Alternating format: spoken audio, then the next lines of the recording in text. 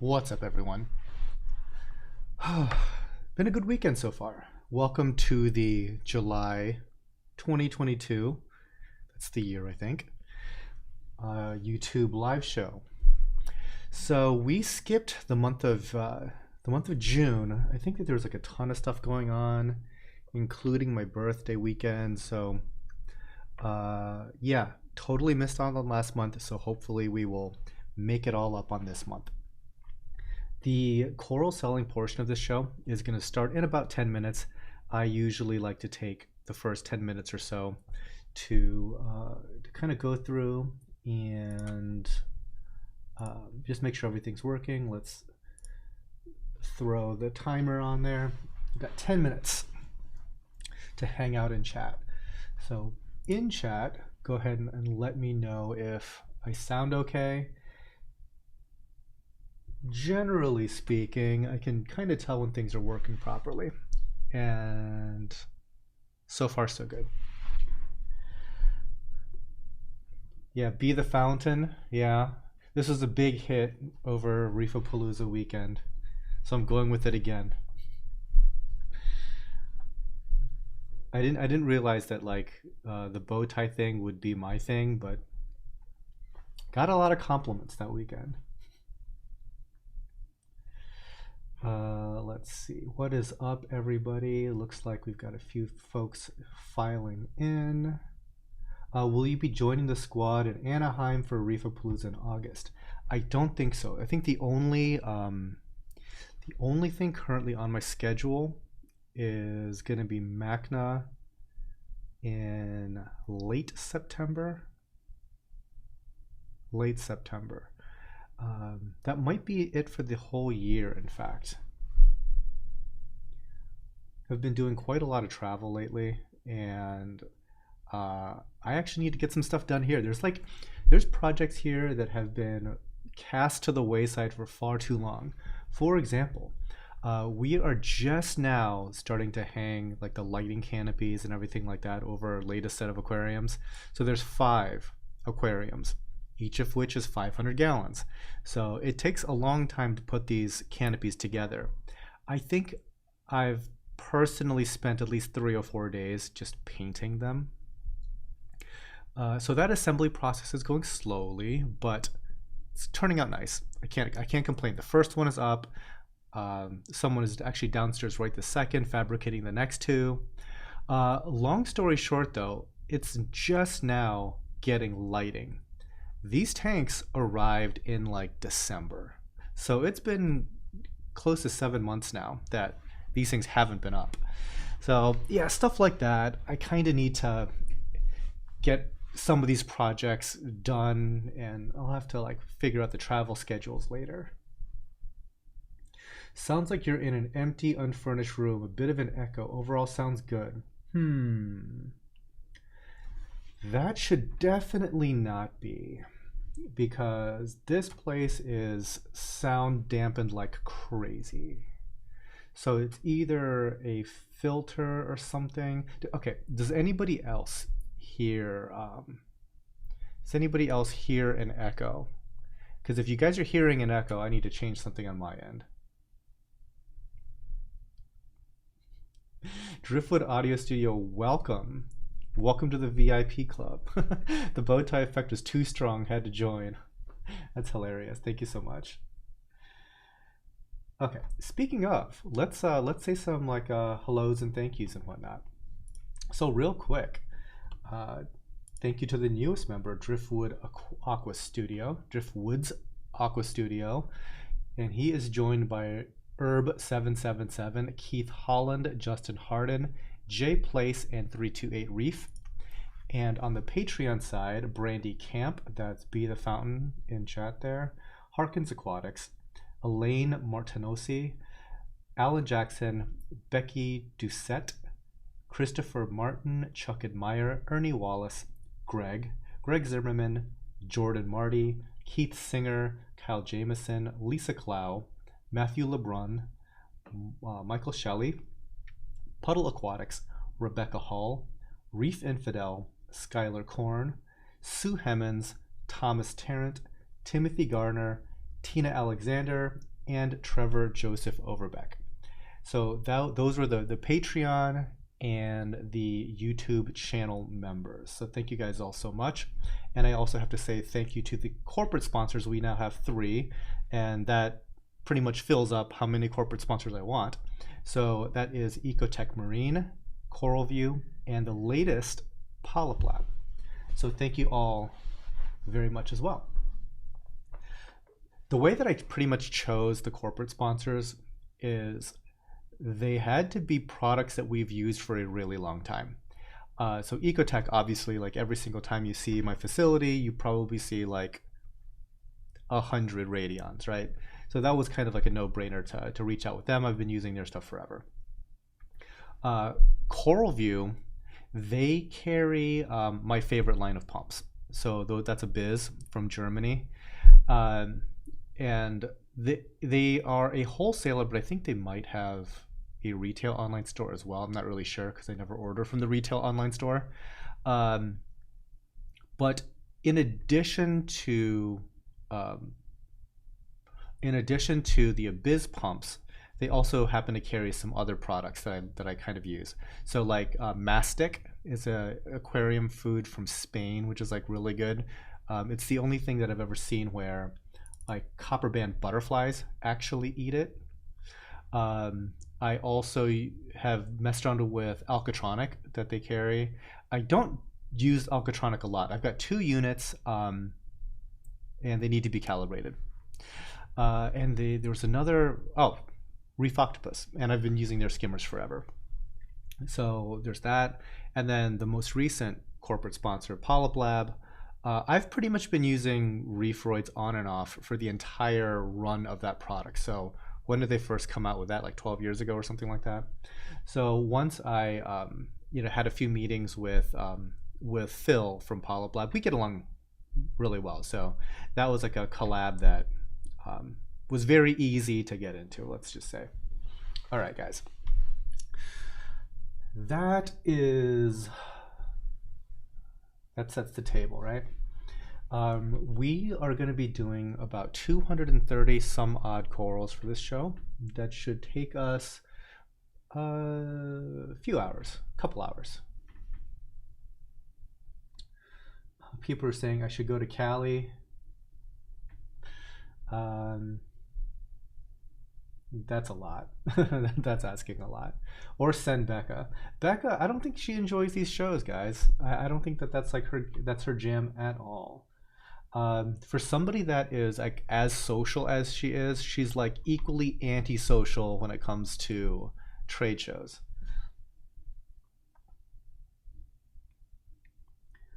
No echoes, no echoes. Sounds good. Wonderful. You just made my son's day by saying my name. Aw. Yeah, you said I'm famous. That's hilarious. So there's another friend I have in town, and his name's Nathan. I've done his tank a number of times. He's done a couple of podcasts with me here. And his son, growing up, he has like a young son, and he was like one day, "Dad, is Than famous?" It's adorable.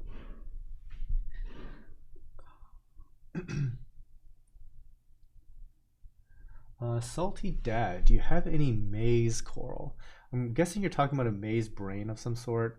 We do have like a couple of things that might fit that description. There's like an Oleolophilia, which we have growing, but I don't know if there's any on the actual site. Then there is like Platygyra. Those are kind of like maze-like brains. Brandon Bauman, come to Utah. I would like to visit Utah one of these days. I've never been to Utah. One of my closest friends grew up in Utah, and I've been meaning to do a visit out there for a very long time now, but never been able to make it. Yeah, travel is like one of those things, right? Like I want to do it, but at the same time, it is super taxing to do. And I feel like I fall so far behind on other stuff that's going on here. But yes, there's a bunch of places I want to go. Top of the list, I would have to say is probably right now Toronto, because there's like some business folks I want to meet out there.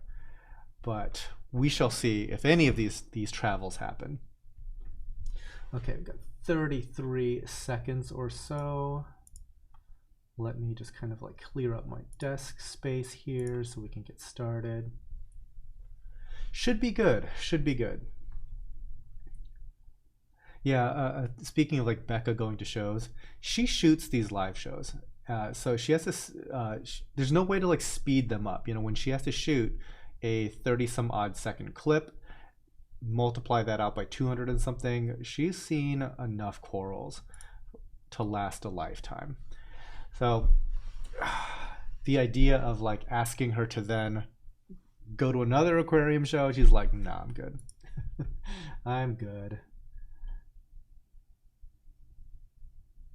Utah, don't forget driver's license or no drinks at dinner, no matter how much gray hair. Wow. Yeah, I have heard that that Utah has some interesting laws when it comes to alcohol.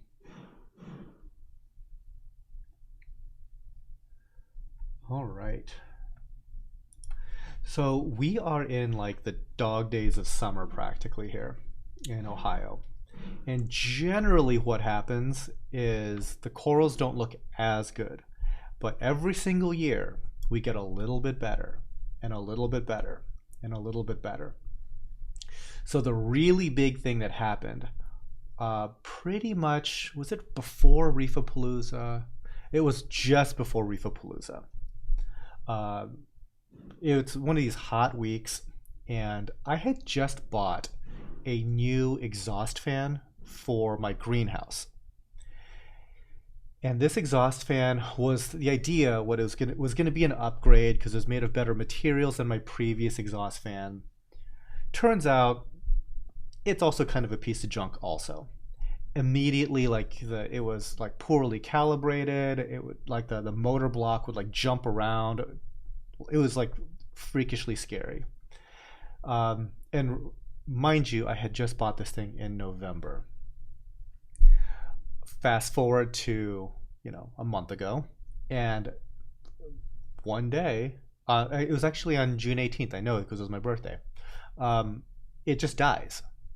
Like it dies on like a hot day. And I don't really know how to fix these things. I don't know what's wrong with it to begin with. Me ordering another one doesn't help me because there's like a 3-month wait for these things. And on top of that, there's like an extended wait to get an electrician to install it anyway. So long story short, I'm in a bit of a pickle because without these big, 48-inch exhaust fans, that greenhouse heats up mighty fast. And we are expected within like 3 or 4 days to have like 90 something degree temperatures, meaning the inside of the greenhouse is going to be 100 and something on a good day with the exhaust fan. So clearly something has to be done. In a slight panic, I decide to go to Sherwin-Williams, buy like some commercial primer and like the glossiest white paint imaginable. It's like it's not an epoxy, but it's like what is it called? Not an epoxy because it's not like a 2-part epoxy thing. I don't know. It's like it's very, very shiny. It's very tough. So I spent the next like few days painting the entire building, like the ceiling. I'm sorry, not the ceiling, like the roof and everything. And as I'm finishing this thing up, we go to test this fan again to show my staff that weren't there that weekend that it's dead, and it kicks on. It actually still worked. Turns out that it was like an electrical issue, and it just required to clean the contacts and just to seal it up a little bit better, the motor block. So in addition to having the greenhouse completely painted, we also got the exhaust fan back. What that did was the covering of the greenhouse worked so well that the greenhouse is practically chilly even on hot days. to the point that it could be like 90 outside and the water temperature stays 77 and is actually calling for heat in the early morning. Like it's been miraculous. And it went from a pretty miserable work environment when it gets super hot and bright and sunny to really nice and comfortable, arguably more comfortable than the air conditioned new building. And case in point, like I said, the water temperatures in the greenhouse stick at about 77, 78. The water temperatures in this new building are 79. And I can't really pull them down anymore unless I crank up the air conditioning, which I could do, I just don't really want to. But yeah, that was totally a thing. So like I was saying, usually come summertime, we don't have like nearly the control of temperature that we would like, except for this summer. It's amazing what like desperate times and desperate measures will do for you. Like after this experience with this new covering of the greenhouse in white, I'm like, why didn't I do this 15, 20 years ago? Like this should have been the way it was the entire time, because it is so much better. Now, the real key though is like come wintertime, we'll see how much this screws me, because I wonder how much the greenhouse is dependent on the solar heat gain from the sun during those winter months. We'll see. Okay, gonna catch up on some chat here, you guys.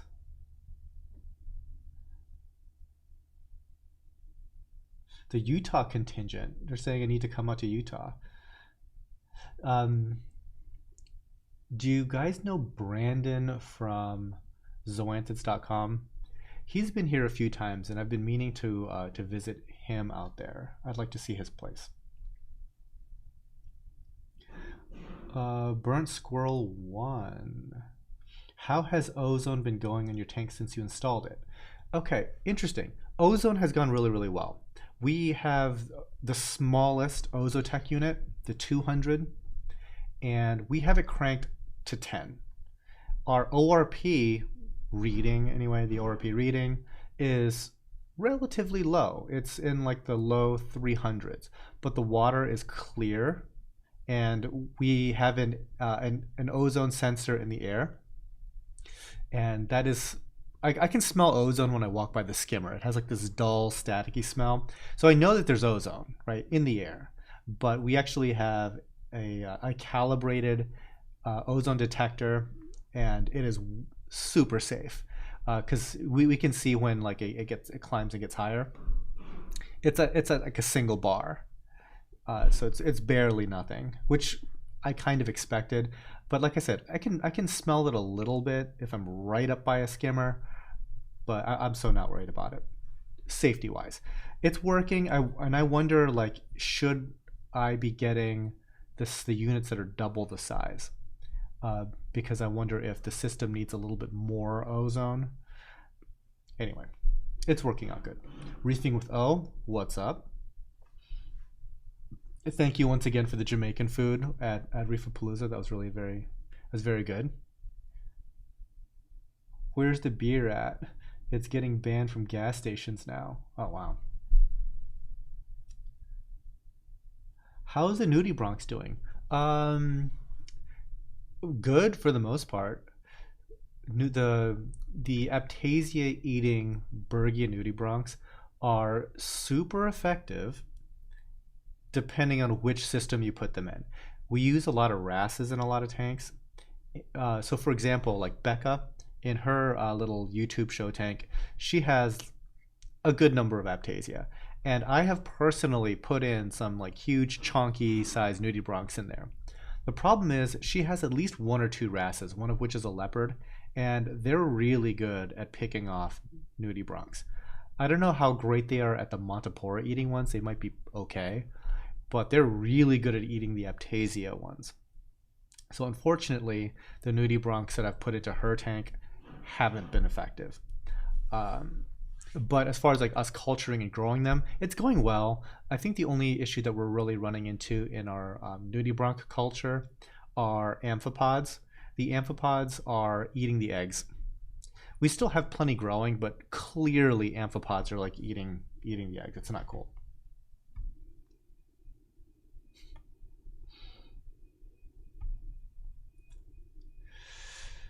Okay. Ozone's working great on my system. ORP went from 10 to 375 and the water is super clear. Wow. 10 is really low. Like when I said that my numbers were kind of low, I was talking about um, they were in the low 300s and now maybe they can climb to the mid 300s. It's kind of tough to say. Also, we battle humidity issues in this building. Yeah, so there's that. Greetings from Singapore. Just wanted to seek your advice how to reduce my magnesium calcium. Been constantly keeping my levels very high. Looks like I want to bring it down. So that's kind of like the tricky thing when these parameters are kind of like scaling out of control. So one thing that I would kind of look at is what is your alkalinity looking like? Because when magnesium and calcium are that high, I suspect that your alkalinity might be kind of on the low side because they kind of have that inverse relationship. Now, if alkalinity is also high, that's definitely not good because that kind of indicates that you might be using one of these reef salt formulations that kind of just has elevated everything with the thinking that you have fast growing stony corals in your system. And when you have fast growing stony corals in your system, it draws all those numbers down. So you're kind of compensating for that in advance with one of these reef salts. The problem is if your corals are not actually consuming it at that rate, you get this buildup over time as you do water changes. And that kind of further complicates things because you can't do more water changes to try to like balance out your values. That's kind of why when in doubt, it's almost better to have like regular aquarium salt, kind of that's almost practically made for like fish only systems. And then you add in the magnesium, you add in the alkalinity, you add in the calcium to kind of bring those up to like reef aquarium levels. At least that way you have control over it, because if you're starting off high and it's climbing, there's not a whole lot you can do. I mean, I suppose you could add more corals to hopefully like soak a lot of that stuff up, but that is kind of the quandary. Other thing is you could change your salt, but that also, you run into some issues with that. Your systems do not like you changing the salt. Interesting. I didn't realize amphipods would do that. I think they're just hungry. Like those tanks don't get fed a whole lot because the idea is that the nudibranchs have something to eat. There's aptasia in there with them, but the one or two amphipods that are now breeding like crazy, well, they're looking for food and we're not feeding a whole lot. So they're just like, oh, got to eat these eggs or got to eat these nudibranchs. Not great. Yuri Gaming, love your channel. It's my first time to join live. Well, welcome. Hopefully it's everything you dreamed.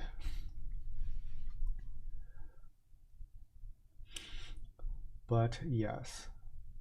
Also, going back to the whole getting these projects out of the way, I'm looking forward to getting a lot of the stuff off of my plate so that I can do the sort of tasks that are super boring around here that I think would help out the corals immensely. In a coral farming setting, the more that you can kind of dote on these corals, the better.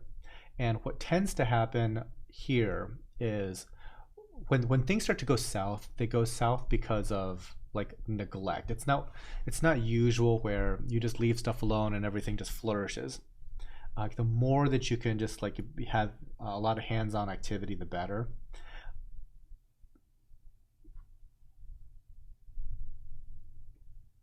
I say that with a caveat because one thing that we've started to notice is stuff that aren't even pests are becoming a problem because of how we do certain types of maintenance.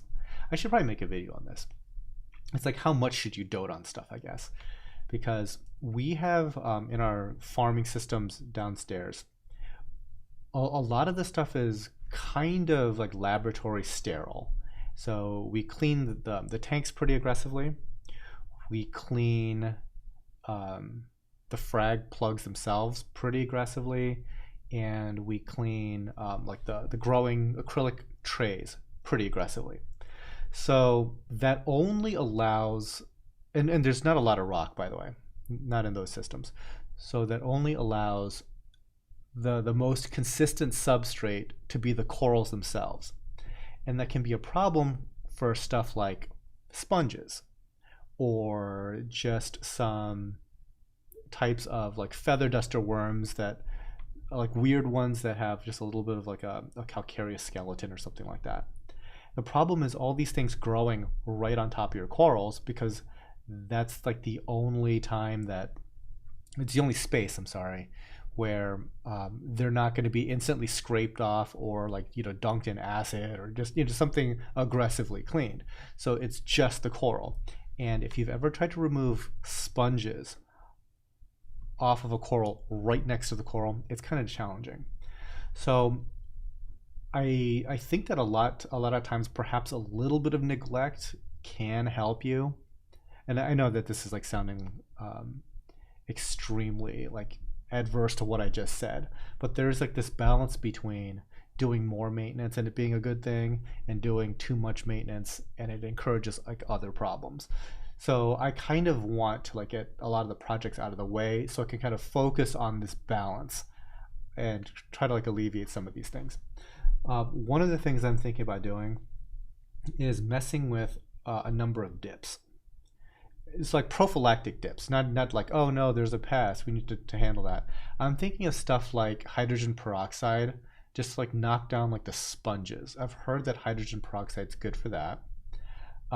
Also, like when something is like looking bothered or suspicious, I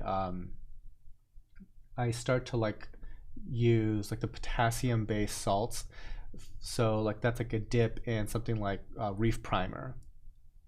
Thanks again to the sponsor Polyp Lab. So Reef Primer is one of these potassium based salt dips, and like I like it because it's gentle and it's broad coverage, so it works on like a lot of different things, but obviously it doesn't work on everything. It's just that it's kind of like that Hippocratic oath, you know, like first do no harm sort of thing. Like you don't want to like be over aggressive and start like just to dip everything in like crazy harsh chemicals, and there might not have really been a problem to begin with. Don't want to overdo it, and I've always found that like stuff like Reef Primer was more gentle. Hydrogen peroxide less gentle, but I'm kind of, you know, targeting something very specific with that. I don't know if you guys have messed a lot with hydrogen peroxide dips.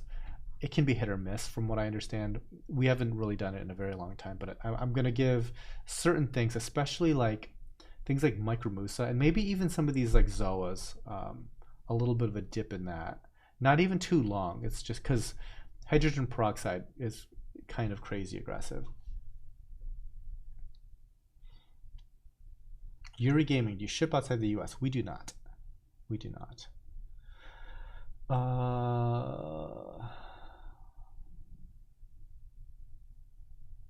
Actually, B, I'm going to make you a moderator. Add moderator. Cool. So now you're going to show up in blue here.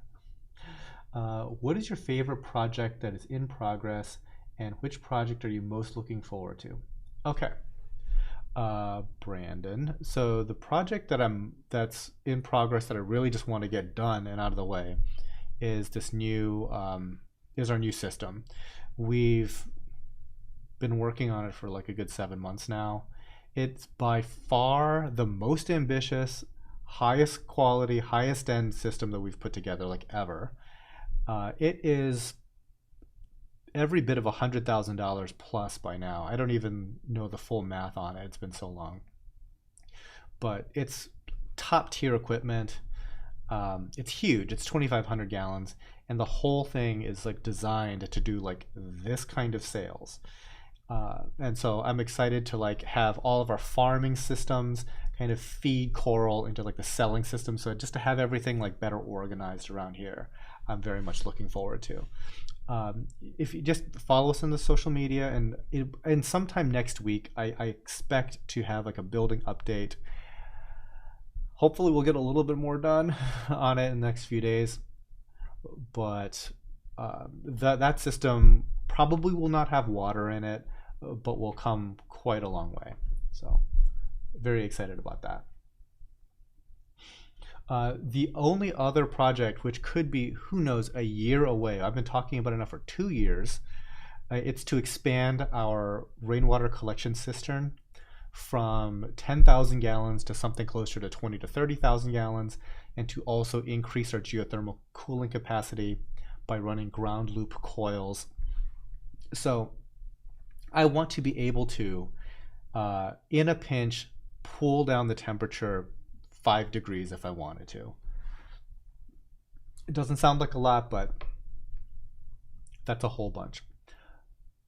In this building, for example, my water temperature is like at 79. I want to be able to bring that down to 77, just like that. Or in the greenhouse, if it's 100 degrees outside, and it's a greenhouse, I want to be able to keep that temperature at 77, just rock solid.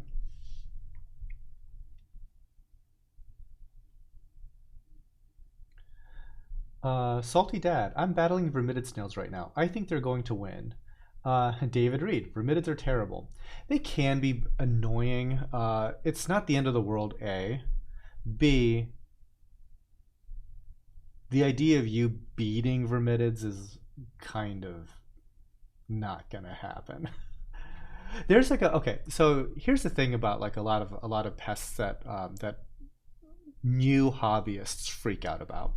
So you okay if you run into hobbyists that have been doing this for like 30 years, somebody like a Sanjay or Mike Paletta, like or Julian Sprung, like these like like the name, iconic tier hobbyists. I don't know if Julian counts as a hobbyist anymore. He's kind of a major industry figure. Anyway, you will never hear them complain about Aptasia. You'll never hear them complain about vermidid snails, because it is on the grand scheme of like the pest scale. They're like a 2 at best. They are annoying. They do cause some problematic issues. In the case of vermidid snails, they almost provide a benefit. They're just kind of too good at what they do, and they grow everywhere. But they're like a really, really, really, really effective filter feeder and help to keep your tank clean. Believe it. Like the tanks that we have that have vermidid snails are shockingly clean. And when they weren't there, you had a lot more algae issues. You had a lot more issues with like cyano and like dinoflagellates and stuff like that, like a lot of the other stuff. But once stuff gets settled in, it's arguably better. Now the problem is that their growth rate it gets rampant, and also like doing maintenance, like you can easily jab your stuff on them and they instantly cause an infection, so that's not great. You can try to remove them physically, just you getting in there, putting in some elbow grease, and that works for like smaller aquariums. Once you're talking about hundreds of gallons, you are less likely to be successful doing that. And at that point, it's probably a good idea just to try to put in something to eat them. Bumblebee snails, to some degree, have an effect. They might eat your other snails too. Not wonderful. And I remember having a conversation with Bee the Fountain.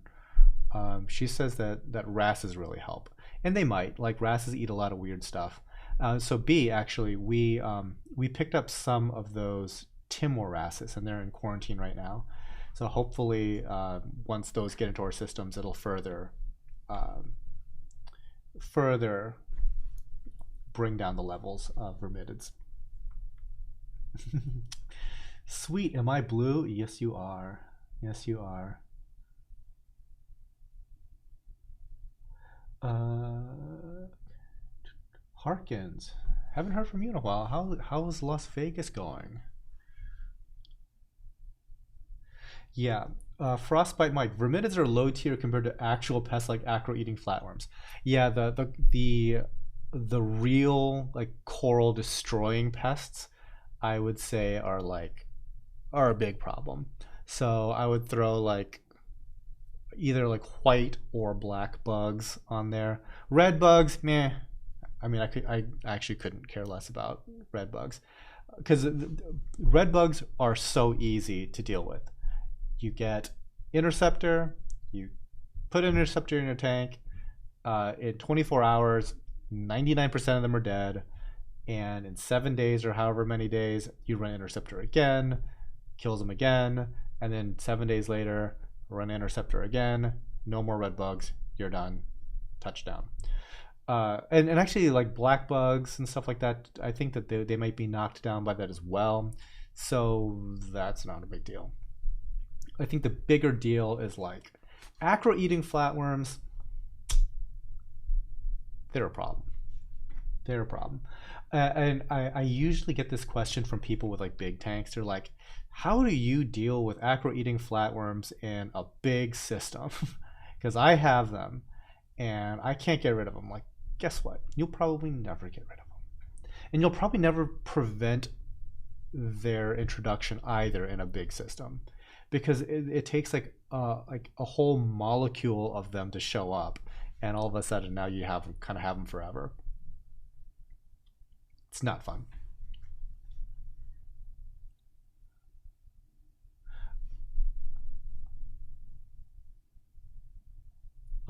Glass nyms.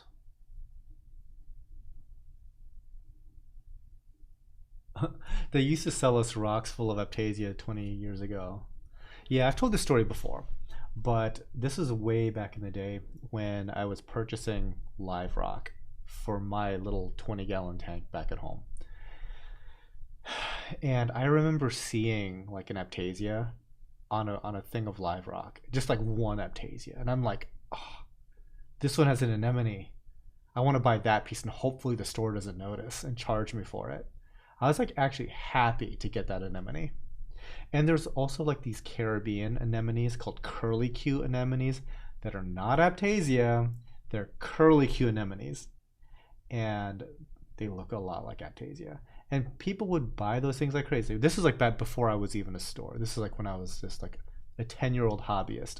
But I remember like $4 curlicue anemones from the Caribbean.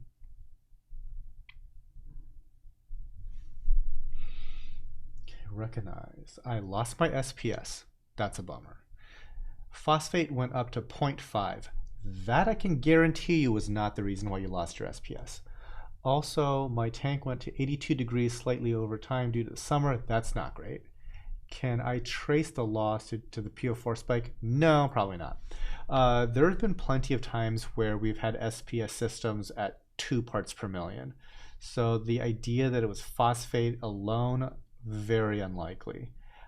Any rapid change is not great. If you saw a spiking number in just about anything else, maybe that could be a cause. But if we're talking phosphate, nah, not so much. The orange worm steals food right out of my coral's guts if I don't watch it. Wow, that's crazy. Yeah, I mean anything that is like a hyper aggressive predator, even cleaner shrimp can cause some serious damage. Vegas is great. Working on my fish room. Awesome. I still am gonna one day take you up on making me a pond out here. I think. I bought Aptasia. I think it was my first purchase. You know what's like amazing is that I think Mojanos and Aptasia should be sold to beginners. Not like beginners that want to have like a reef aquarium tank, right? That's not what I'm saying. Don't like don't like clip me completely out of context. But I think if somebody just wants to like just to dabble in something that's absolutely bulletproof and kind of pretty, less so Aptasia, but more so something like a Majano. You could have a little 2-gallon tank sitting on your desk with minimum water flow and like the smallest little LED light, and you can keep Majanos. Like barely any, like just like an aquarium power filter, and you can keep Majanos healthy. Like not even any like temperature control or anything like that. That thing doesn't care. I think that would be like a wonderful introduction thing in a small, isolated system all to itself that might work out nicely.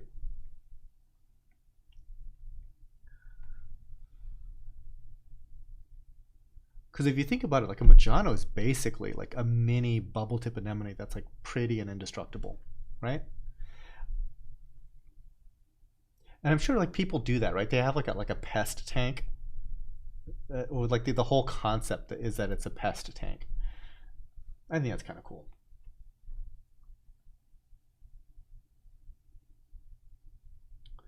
Let's see. Anton, could some Montipora digitatas actually be Montipora thorns? I don't know. Maybe. Is it better to feed? This is Alex. Is it better to feed corals in the day or night? I don't think it matters. Like naturally, they want to feed more at night. Um, I mean, I think that you're like splitting straws. Like splitting straws, is that a phrase? What's the phrase? Splitting hairs. Splitting hairs. Um, yeah, I think as long as like the feeding is happening, that's a good thing. My LFS has a giant curlicue. Looks like the biggest Aptasia ever. Yeah, they are different. They are different. We've also seen like these little hydroids that I guess aren't anemones at all, but I swear they look like Aptasia, but they're not Aptasia. Because if you like so much as just grab like a little frag plug that has one on it, and you just shake it just this much, it'll just jump off. Definitely not an Aptasia. And copper bands do eat them, but they eat them less vigorously than they do Aptasia. So all the Aptasia will be gone in your system, and there's these hydroids, and then every single day the hydroids get less and less and less. So I know that the copper bands are eating them. It's just not their favorite.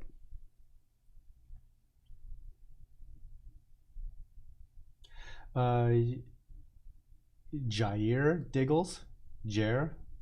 Have you ever hatched and fed baby brine? I've never done that, which is crazy because I grew up like I'm not a boomer, but I'm close, I guess.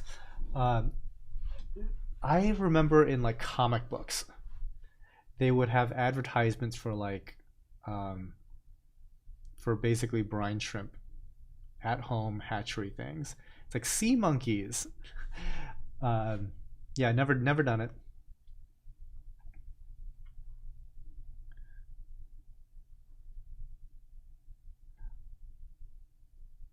Let's see. Courtney had my first failure with Dendronephthia. Was good for about a month and deflated and dropped off. Dendronephthia are practically impossible to keep alive in this hobby. They've been practically impossible for 20 something odd years. Like, it's the sort of thing where, unless you are constantly pumping in water from the ocean, it's not going to go well. I think it's just the sheer amount of food that they require 24/7. And it's also the specificity of what they eat. Um, it's been like a problem, like a very challenging coral to keep. Now, having said that, we have a Nephthia. It's called like the Kojiwara Nephthia, and it has a lot of those characteristics that Dendronephthia have. So it looks like a branching tree leather, but it has those spicules in its flesh, so it kind of like glimmers. It almost looks metallic, but I don't think that they're non-photo. They might be photosynthetic because we've been able to keep ours for like over a year now, and we've propagated and sold it many times over. Like that's a wonderful specimen if you're going for that look. It doesn't have like the crazy orange and yellow and blues and green colors, but well, it's arguably bluish. It's more of like a purplish blue. Splitting hairs, yeah. There we go. Yeah, so I've got a 20 lung full of Aptasia to feed my future nudies. So the nudies are awesome, but they're almost like too good at what they do. So they will reproduce like crazy. They will out reproduce the Aptasia. Think about that for just a sec. And their babies basically eat up all the Aptasia. And it's quite literally one day, all your Aptasia are gone. So you might have had like 50, 100 Aptasia. And you're like, I remember there was Aptasia and I just don't know where they all went. It's kind of like that, where it's almost like you are. It's like, did I just imagine that I had Aptasia? Because there's definitely not Aptasia anymore. And then unfortunately, what happens is there's no more food source for those nudibranchs. And so hopefully, guys, at that point, you'll be a bro and or a sis and just like grab them all up, give them to your friends that might be having Aptasia issues. Spread the love around and like help others. So we haven't been selling them, partly because like we didn't really feel like trying to catch them in our tanks.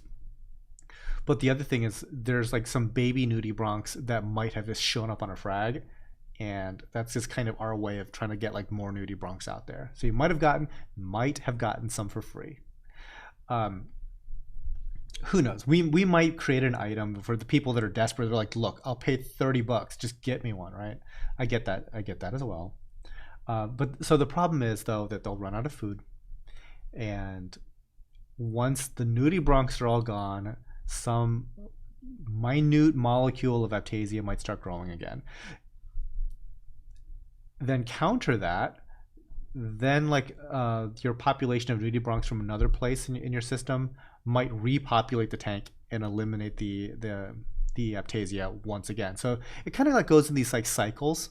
I've kind of just learned to accept it, because unless you have a copper band, there's always a risk that you might cycle back and get Aptasia back in your system again. Again, it's a 2 out of 10. It's a 2 out of 10. By the way, that's another thing that I can almost assuredly tell you.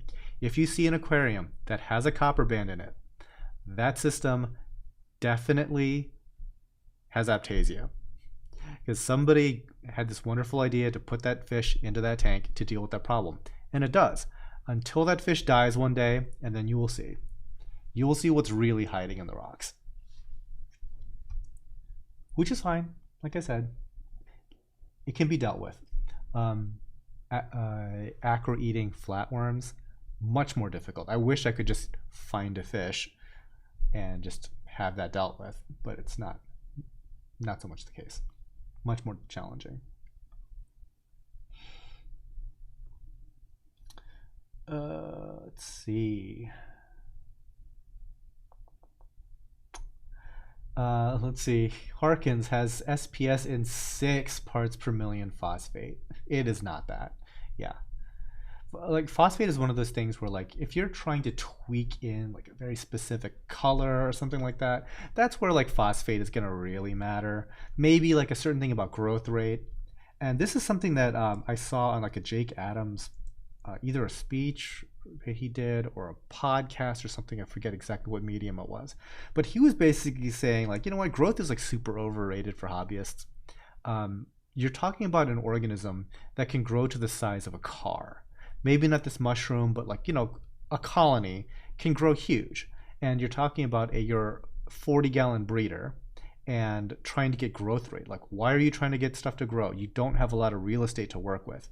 Unless you are a commercial coral farm, you probably don't need to be like min-maxing on growth rate. And so stuff like phosphate, which can affect coral growth, for the vast majority of hobbyists out there. Oops, hold on. Let me turn that off.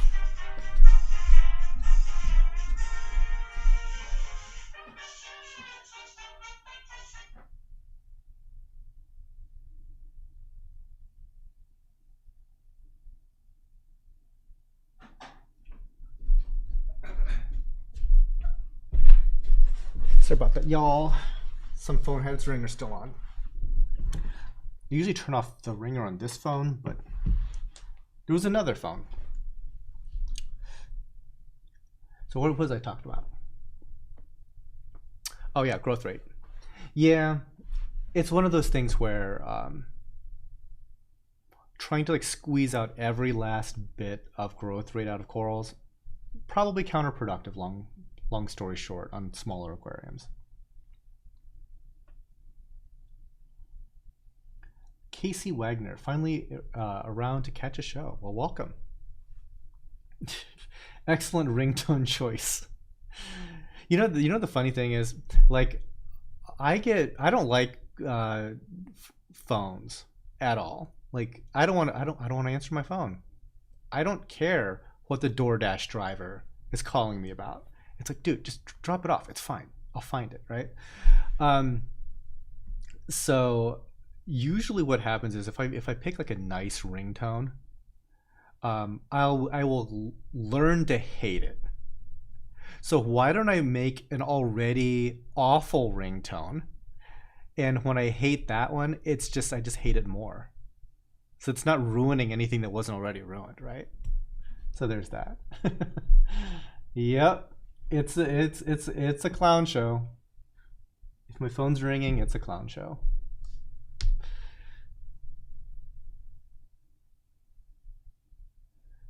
Let's see. Timorasses. B is all about hyping the timorasses. They may eat the flatworms. That would be pretty amazing. We've got a couple of the wrasses. Probably some of the flatworms too. But yeah, hopefully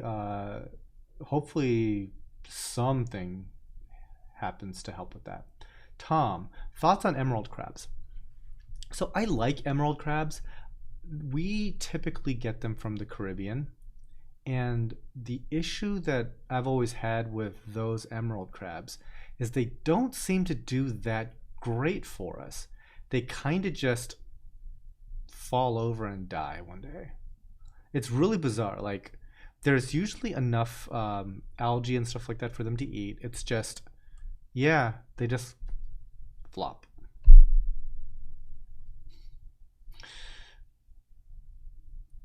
I just keep mine silent all the time. Yeah, this phone here, this is like my personal burner phone. This thing definitely never rings. Well, partly because like I shouldn't say nobody. Before, nobody had this number. I intentionally don't even know it, so I can't really give it out. But lately, I've been giving it out more and more and more. If it gets bad, I'll just get another burner. By the way, that's like a secret hack there. If you have like an office phone and you have like a personal phone, like the separation is like wonderful. It's been because like a lot of people that start like their own business, they just use their cell phone for their company as well. Don't do that. Get a second phone line.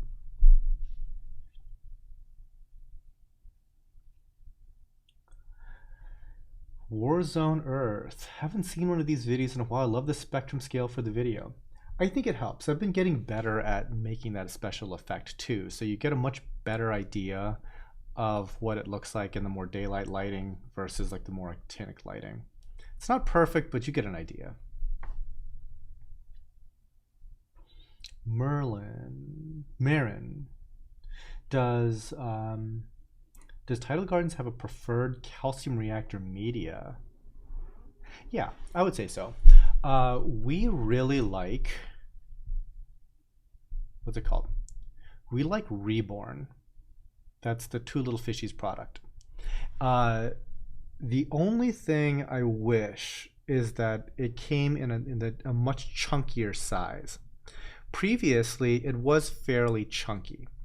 And then there was like some kind of sourcing issue.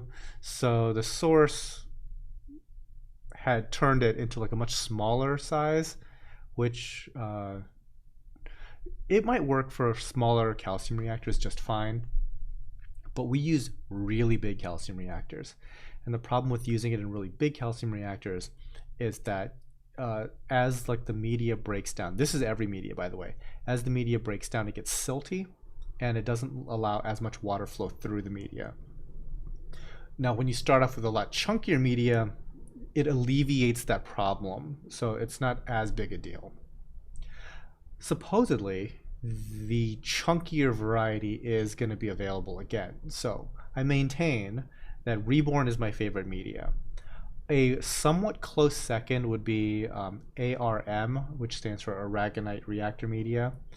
That is pretty good too.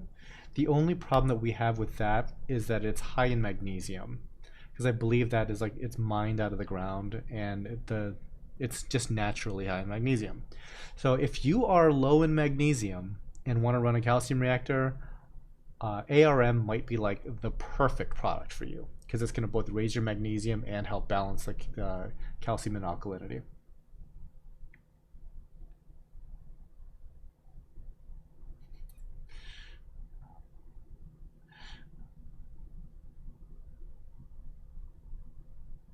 Out of the last 10 emerald crabs, I've only had one that's been really good, 2 years old now.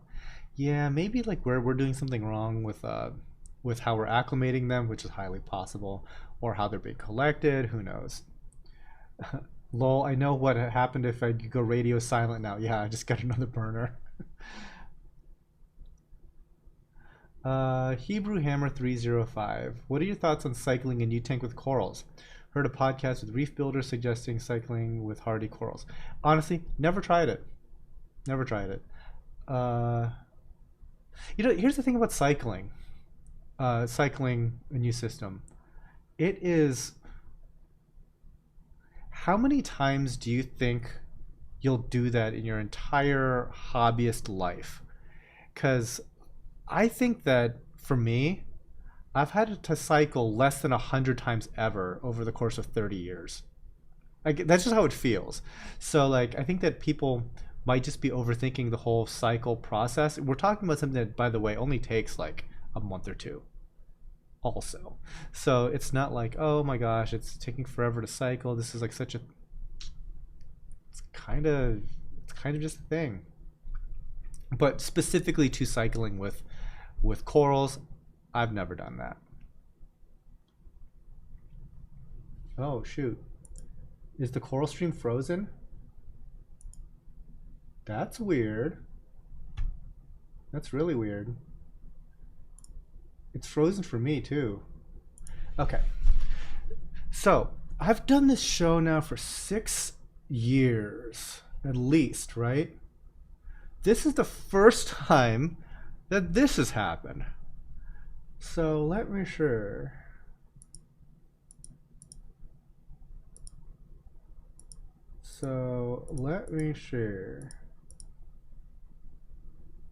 What the heck could have caused that?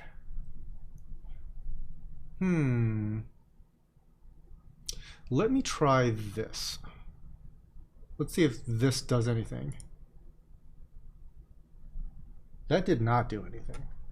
All right, let me see. I'm gonna push this. Okay, so that's my timer, right? Let me go ahead and push the other thing once again.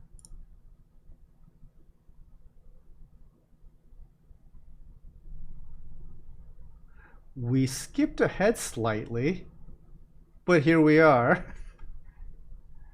That was weird. Dude, like, you would think that after all this, I've seen every technical problem imaginable. But that's a new one. That's a new one. I'm glad glad you guys like mentioned it in chat.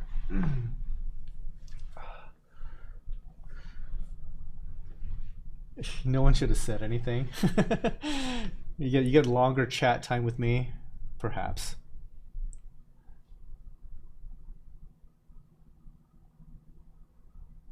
Switching your hat to website support again. Yeah, see, oh, by the way, almost fell over my chair.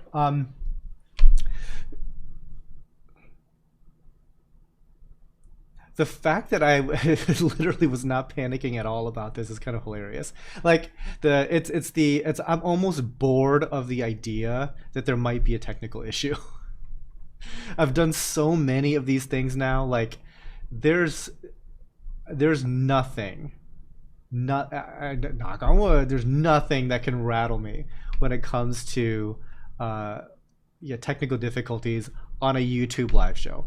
Do not care. Like I have seen so much crazy wonky stuff over the years. Like one time, Ben was, this is way back when we did this the live show like really live at the greenhouse. So like there was a camera person moving the camera from coral to coral, right? You can look this stuff back up because all of these things are still published. You can check the receipts. uh he literally made a line item change to the website, like literally one character, and it broke the website down to the server level. like there was, it's not that, oh, you're getting a 404 type thing. It was the entire server was gonzo. And he had to fix this within like less than half an hour. And sure enough, like when the live show was set to go live, he was able to fix that one thing that he changed finally. But I mean, like if you guys are into like into web development and stuff, like you couldn't FTP anything to the server, like nothing. Like the thing was gone. Yeah, it was kind of like a little panicked moment there, but we got through that. So a frozen screen, man, that's some rookie stuff.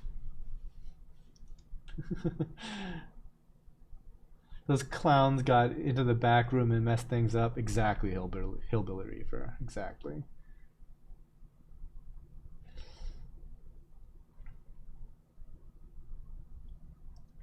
The Pokemon dentist. Oh, I miss this hobby. Been in and out of the hobby for 20 years. Currently live in an area with zero LFS, so get everything would be such a hassle. Uh, can be, but I mean, there's so much is online these days. It really is. I mean, like, do you? So this is my thing with like hardware stores. I mean, I've been spoiled by like online, that the idea of me going to a hardware store, with the exception of maybe like lumber, is really alien to me, because anytime I look for anything at a hardware store with any level of specificity, they don't have it. Like I'm looking for a certain type of router bit, don't have it. Not Lowe's, not Home Depot, nothing. But when you look online, there's like a universe of possibilities, right? So even, I mean, unless you have like a tip top tier local fish store, they're not, I mean, they might have a ton of stuff, but if you're at all particular about this hobby, which honestly, if you're watching the Tidal Gardens channel, you're probably a little particular about this stuff. Um, a lot of places just aren't going to have the stuff. Like, have you ever seen anybody carry an Abyss pump retail? Like, probably not. I've never seen it. And I've been to a handful of stores in my life. I've never seen anything like that. I've never seen um, really anything of the super high end. Not that I can think of.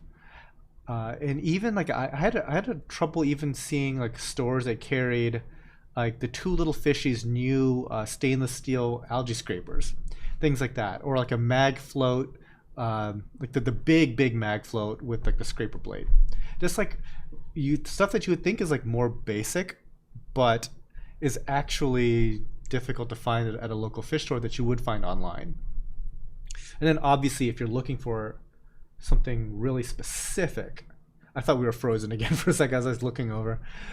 If you're looking for something very specific in the coral world, like, oh, I'm looking for a Diablo Diaceras, or I'm looking for an Amazeballs Gani, or I'm looking for a Glitter Bomb Gani. Like, these things are hard to find, period, on the internet. the idea that you're going to walk into your LFS and find something like this, don't like your chances, you know. So yes, I definitely think that there's a place for it, LFSs, but I mean, I'm just like so spoiled by internet shopping, especially after like the last 2 years where I get everything off of the internet now, and I just don't get out much. Yeah, you could absolutely have a very successful experience in a geography that just doesn't have any stores. Let's see. Moving on. Um,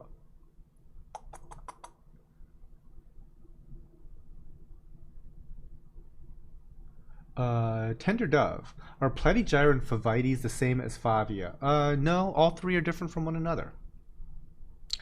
Hard to explain off the top of my head what the differences are between them, but they are all definitely different genera. Plural of genus for a reason.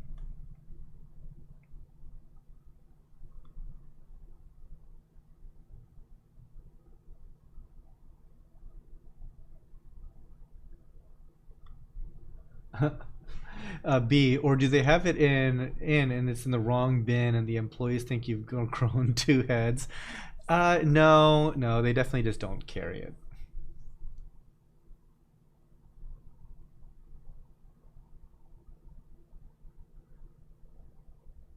Okay, the new TLF scraper is brand new. Is it brand new though? Is it though? He's had that on his.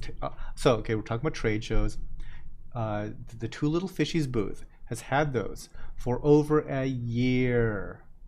No, no. He's had that for a year. Because I remember I saw it at Aquashella last year. Last year. I think that the problem with that particular product that I've heard, okay, is that most people wouldn't pay extra for a premium algae scraper. Because there's other algae scrapers that are fine, I guess, and they are more than happy just using that. And so it really comes into play in like larger, deeper aquariums and stuff like that. By the way, you gotta love like Galaxia, where you just like put them from where they're sitting just to the racks for photography, and they just choose violence like immediately. Like, look, we have two kinds for sale, and both of them are all about that action. Let's see. Harkins, did you shoot this on your new slider stabilizer? No, the new and the new slider stabilizer. I actually don't have a new slider stabilizer. I did get another cinema camera that has like 4-axis stabilization on it, and that's kind of like my walk around camera for something like a trade show. So I shot the last Reefapalooza video I did. So that was maybe 2 videos ago. That was done with that camera, which is I got really good results, I have to say. And I'm still very much learning on that camera because that's the first time I ever shot anything that I plan to use. Boy, is that thing heavy, which is so hilarious because I was just watching some videos about it, you know, to learn some other features and things. And one of the things that was on the DJI thing, on their product overview for that camera, which by the way, I'll just grab the camera. It's literally right there.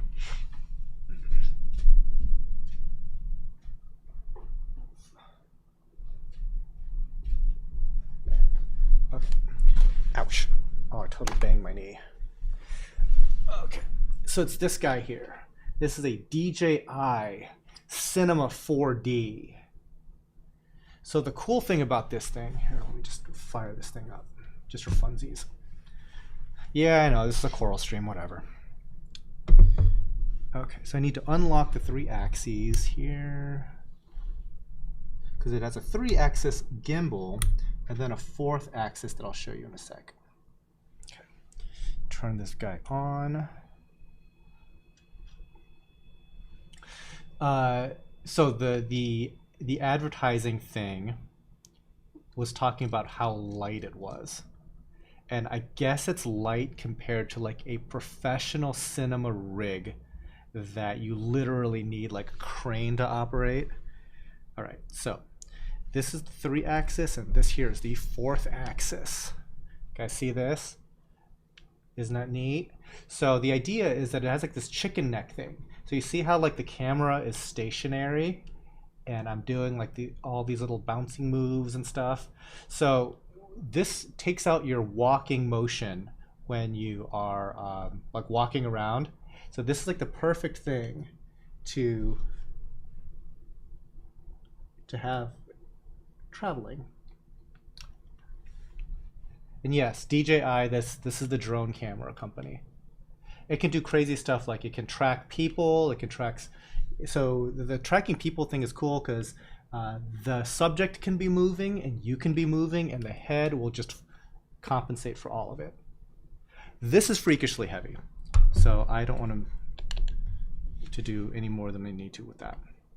But this is the new camera. It's kind of neat.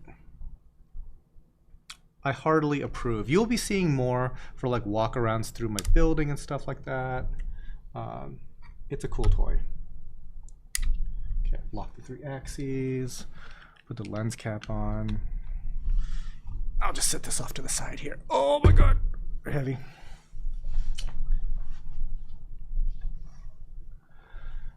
Yeah, corals.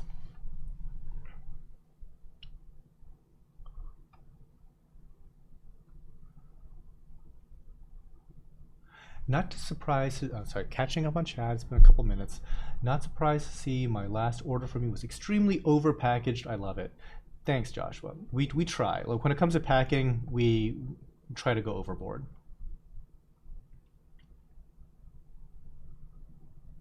Ooh, okay. Colin Franks, pretty new to the hobby. I have a leather that's exploding with growth, and I moved it to a corner, and now it's touching a heater. Is this a problem? Yeah, it's a problem. I would move that. Move the heater, move it, something, because you don't want it to burn. That's not cool.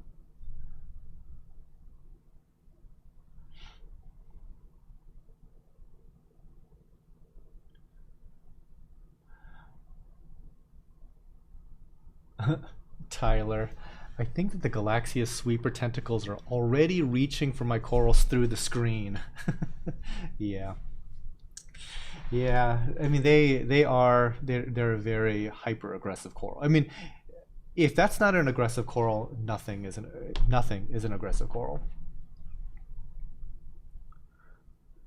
Any thoughts on the C-Lab 28 dosing bar? I don't know what that is, so no. Maybe somebody else in chat has had some experience with it and can give you some feedback. But unfortunately, I have not messed with it. Yeah, like this is kind of going back to like the corporate sponsors and stuff like that. This is kind of why I always wanted just to stick with companies that I've like dealt with forever and products that I'm super, super familiar with. And it's just because we don't run through a ton of equipment.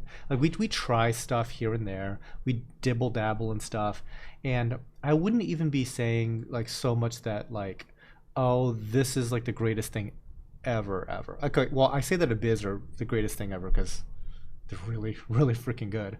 But it's entirely possible that there's a better thing out there.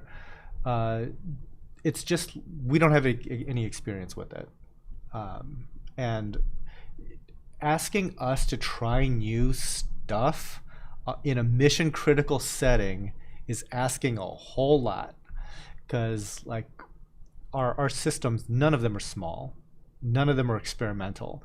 So like especially this is like something that comes up with like salt. Everybody wants you to use your salt, and it's like I don't think you understand what is being asked here, because if something goes wrong, you comping me the cost of salt is not going to do the trick. If I've lost, an entire system worth of coral, for example, that ain't going to cut it. So yeah, it's I guess we're a little bit less experimental when it comes to that sort of thing. So unfortunately, in your case, we have no experience with this particular dosing bar.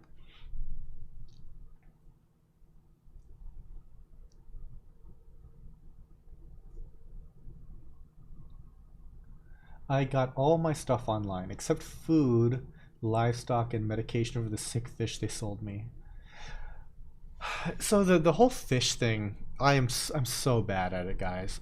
I wish I was just better at the whole fish thing. It's one of those things where I need to like uh, get a crash course from people that really know what they're doing, and I'm hoping to have some of these conversations with these folks and to come up with like a regimen that'll work for us because lots of room for improvement, let's just say.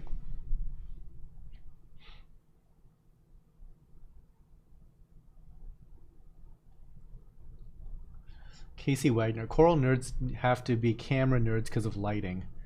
Yeah, it's our aquariums are a challenging things to shoot.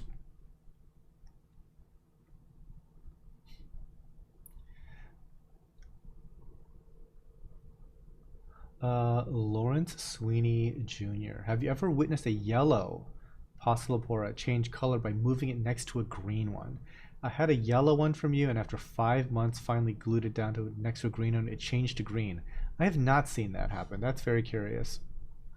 Would you?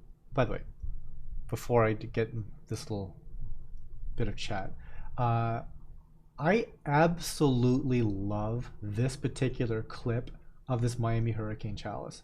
Like, I think when I was like going through the spreadsheet and like putting in the pricing and stuff and making my overlays, I was like looking at that coral. I'm like, that is insanely inexpensive for how nice that coral is. I'm like so out of touch with some of our tanks. I didn't realize that we even had those anymore. Those are so cool.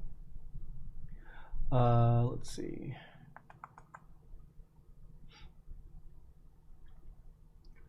Brandon, would you recommend dipping sea fans before placing them in your aquarium? I've only ever purchased one and dipped it. It was bleached by morning.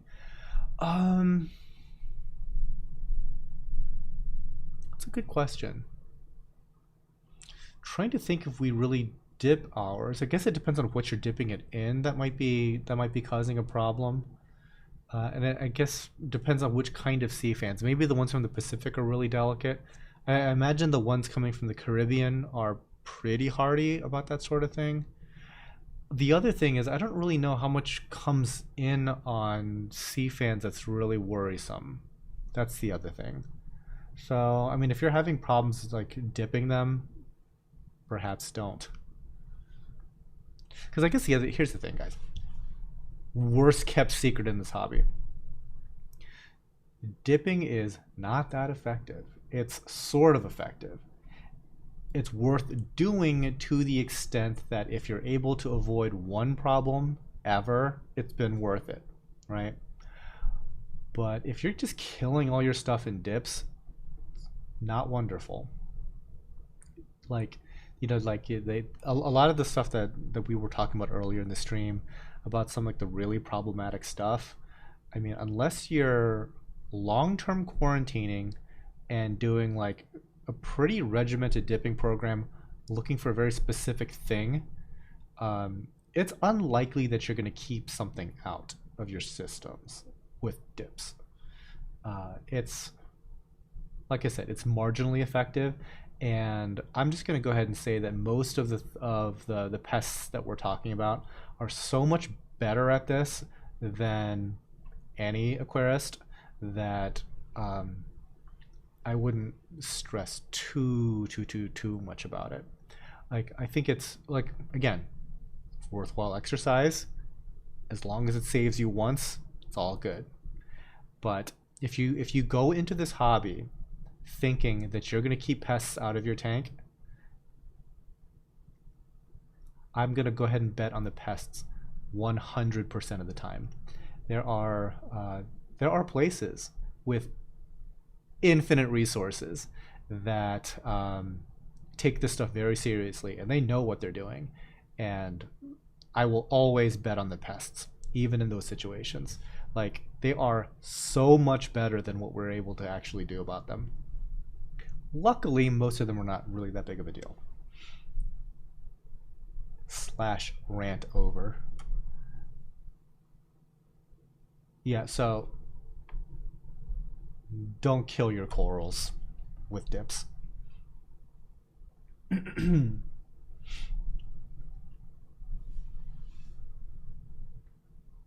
Alex, what's the biggest fish you own? It's a Vlamingi tang. It's probably a foot long by now. We got it when he was about this big.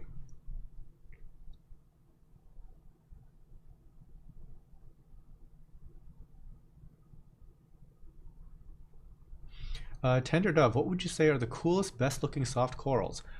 My favorite is a Koji Wada Nephthia. It is by far my favorite.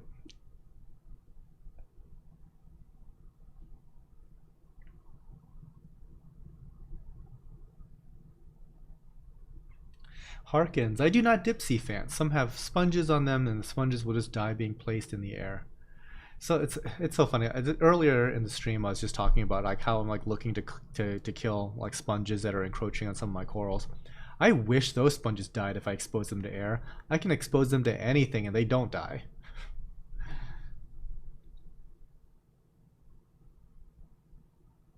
Will Beargruff, epoxy works way better than super glue with sea fans. We use a combination of both, I believe. I think we make a little epoxy volcano, fill it with super glue, and then stick the sea fan in there. I think.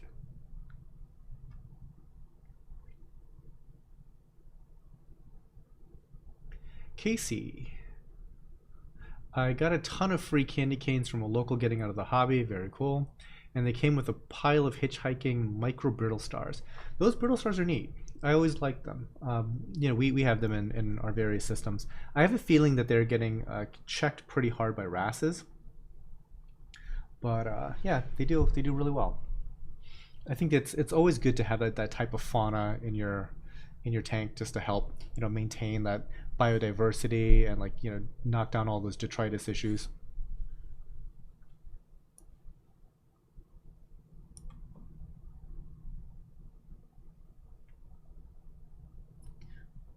I'm looking up some stream stats here real quick.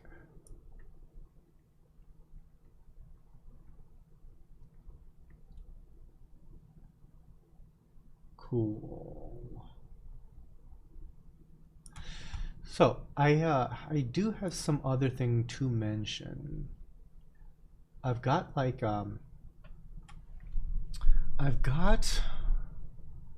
you call it? I've got this quarantine tank.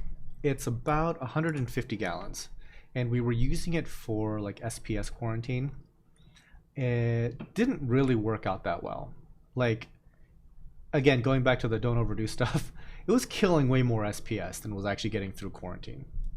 And it was to the point where we probably don't need this particular tank. It's also too deep for our purposes. It's getting neglected a little bit. The SPS don't like it. The employees don't like it. So what we're thinking about doing is breaking it completely down, scrubbing it out, and restarting it as another show tank here. I would like to do more with the show tanks. I really only focus on two currently in here. One is our big SPS show tank. The other one is the Euphilia show tank. We have another one in the works that is basically a bubble anemone show tank. Funny story about that, but I'll save that for those videos. And then we have a big peninsula show tank, which is kind of like a smorgasbord of random overgrown stuff right now. It kind of has no clear thought process. There's also Becca's show tank. And then this SPS quarantine tank, I'm thinking about converting into a Gorgonian / Caribbean styled aquarium. So a lot of different types of Recordia and a lot of different types of sea fans, because I haven't really seen that tank executed very well. I shouldn't say that. I haven't seen it executed at all. I don't see hardly any of that type. So I think that I might just do that with that particular aquarium, because it's not really doing a whole lot for us right now. The only thing is I need to modify the overflow box. It has one of those ghost overflow things, and I'm not a huge fan. I'm really not. So I'm probably going to have one of our local stores in town fabricate a larger capacity like overflow box for it, and then we'll just go ahead and use that because like our biggest deal is like it's just too slimline, too narrow. It kind of leaks, so well, we're just gonna redo that. But once that is all redone, I'm definitely looking forward to doing something with sea fans in there.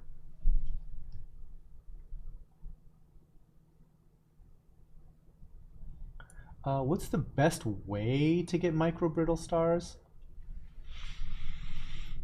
Hmm. There might be some place that sell them. I would ask around like local clubs and stuff like that to see if like there's are local clubs even a thing anymore, you guys? I know that like a lot of folks um, again going to kind of like transitioning everything online. Um, oh, Harkins got him first.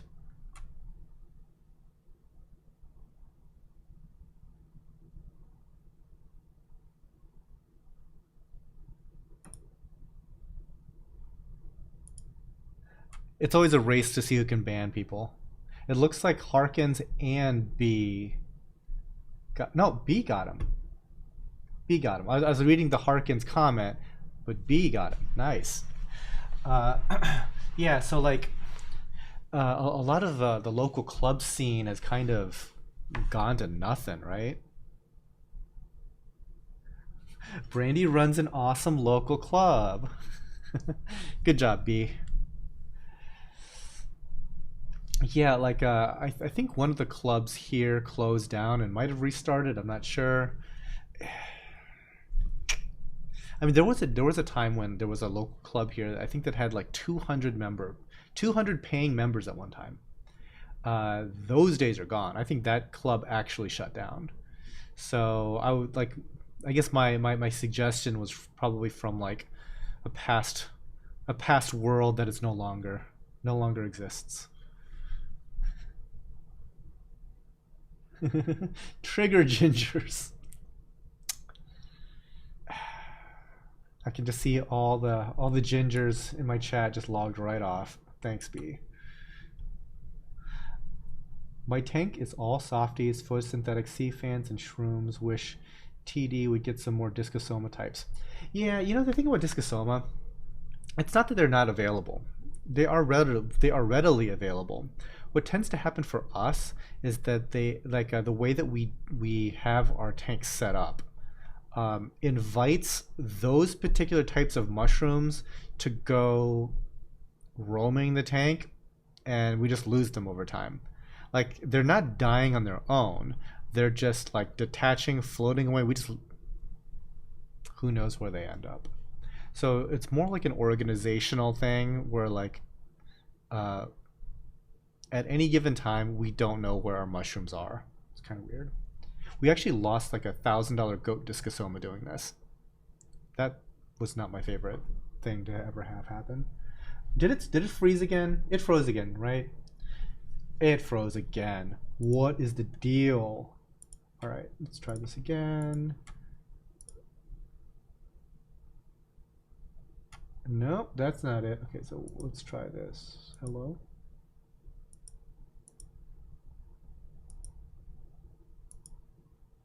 All right. Again? No? Let's try this again.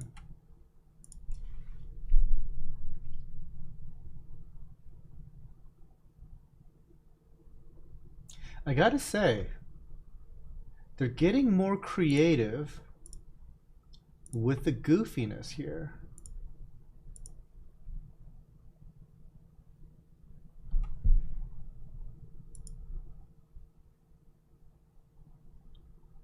They're getting creative with how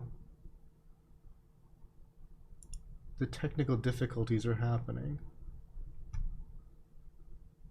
Little weird, gotta say.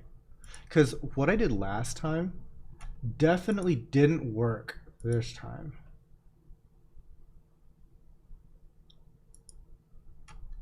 Huh. Time for a new computer. You know what? You might be right. Here, let me try this. I'm gonna go ahead and delete that entire thing. I'm going to re-add the entire media file, which, for all you guys scoring at home, is 108 gigs.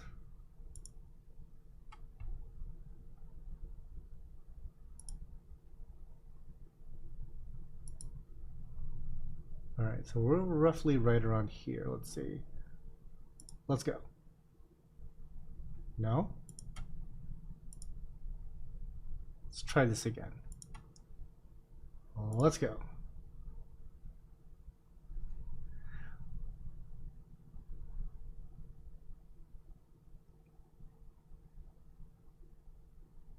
Like, I don't know why that works. Because it's like the same thing.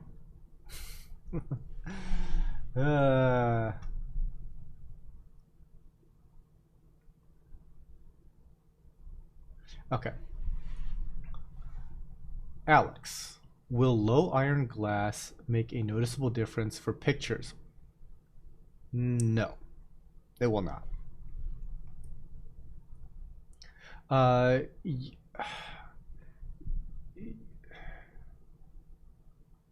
You can tell if it's like really thick glass, 3/4 inch maybe. But at that point, the thickness of the glass is more of an issue than the color of the glass. No one's really going to be able to tell, I don't think. It's such a minor thing. It stopped again. What the heck? It stopped again. Why are you like this?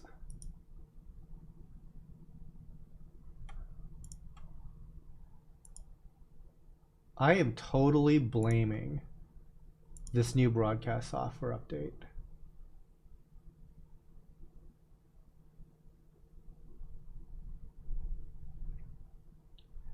So anytime the software has an update, I should always be like highly skeptical of such things, because you run into stuff like this.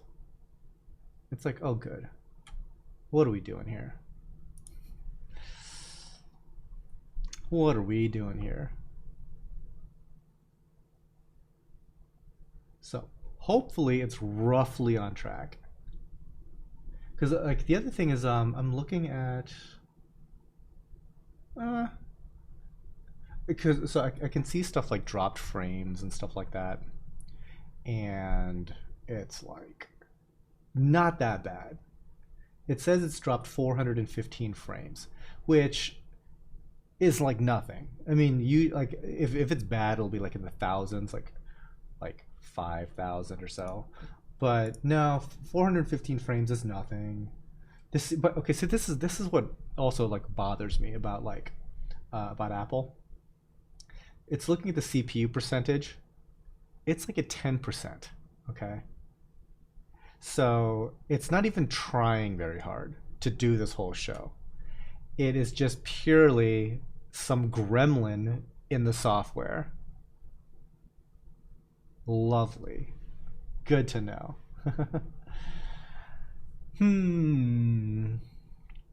Yeah, so Casey, packet loss somewhere. It doesn't look like it's packet loss. Because it's actually frozen on my broadcast software. So when I see that, I'm like, it's definitely a hiccup there.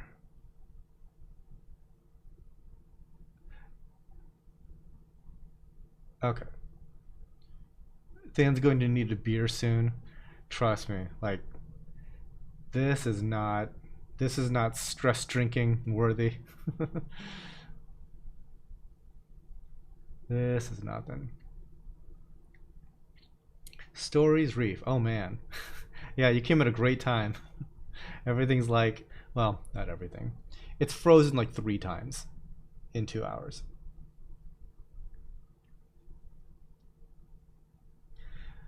Okay, any idea on using Aquaforest component 123? So this is like a long time ago. I messed with Aquaforest for a little bit, and I didn't have great results because it was like kind of like the ultra low nutrient stuff back then, like carbon dosing and stuff like that. Didn't work out great for me. One of my friends in the area, his name's Will. I have like a podcast recorded with him. You can like search for Will's Aquarium. Um, so I've probably done like a few different videos with him. But he likes Aquaforest, and he's been using it now for years and like pretty consistently. So he seems to like it just fine. It didn't really work out for me. Um, Not in a huge hurry to like to change my protocols all over again to mess with Aquaforest. So very, very, very little experience. Probably just not my thing.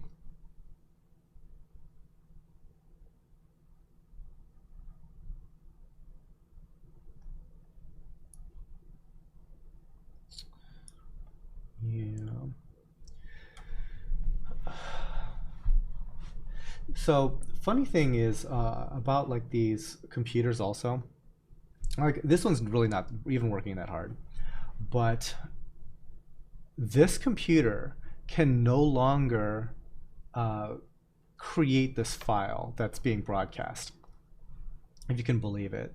Like it worked well for years, but over time it's lost power somehow, and nowadays it will absolutely fail doing the render trying to make this file. So I have to do this on a newer laptop, which is wild.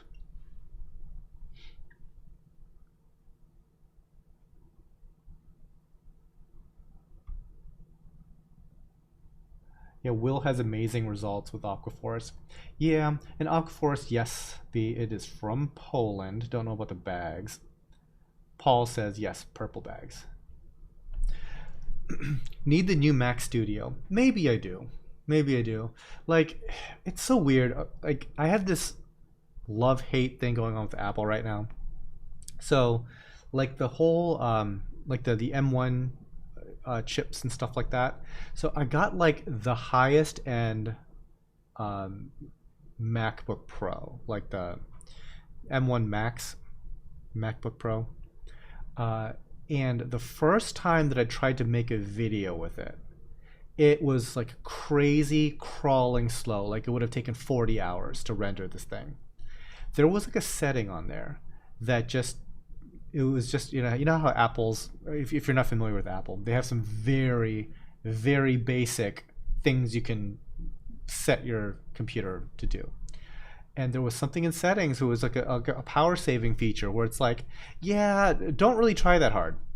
So all of their stuff is like boasting about how ridiculously powerful their chip is, and their default setting was, yeah, but don't bother. We'll just all that hard lifting stuff. We'll just have that in the background, and we'll get to it. You just enjoy browsing YouTube or whatever.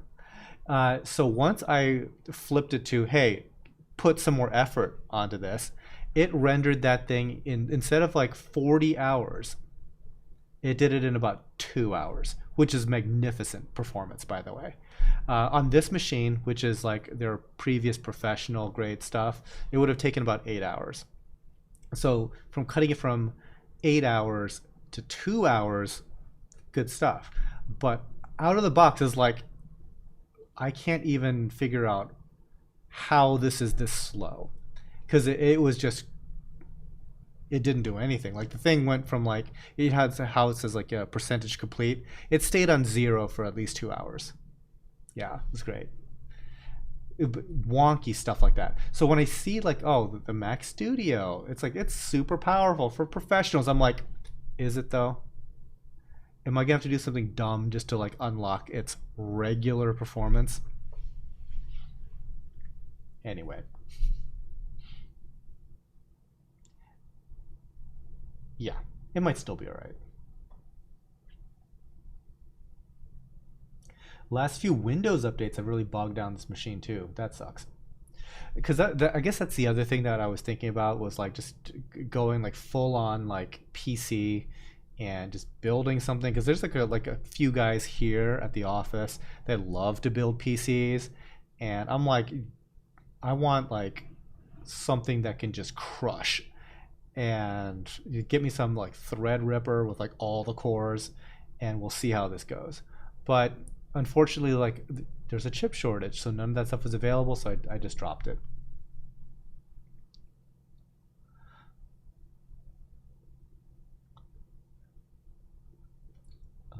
Let's see.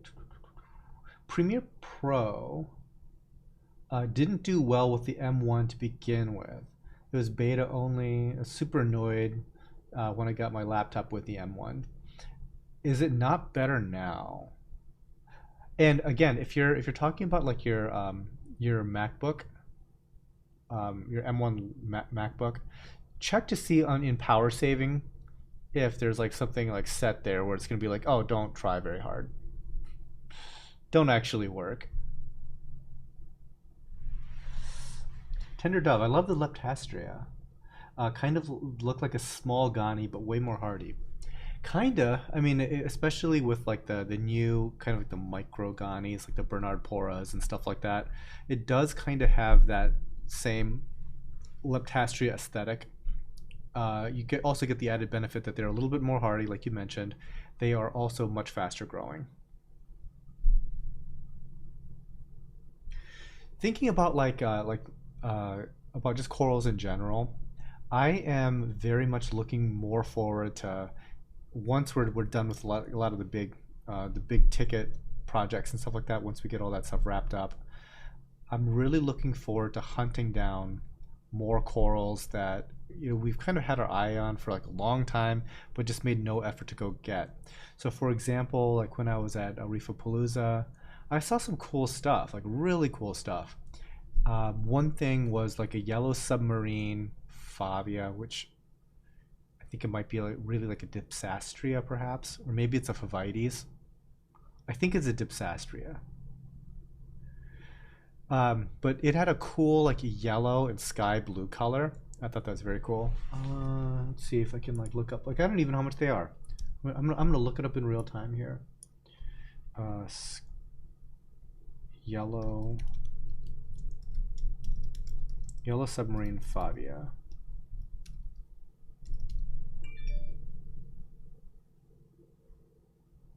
Oh, they're expensive. um, maybe I'll trade for one down the road. They're very cool though. No, not that bad. I mean, looks like, well, anything from 75 to $230, it looks like. Very cool though. What other corals am I looking to get? Any kind of like super exotic Ghani, I'm into that. And once I can get my Micromusa little bit less angry at me, I'd like to like beef up my collection of those.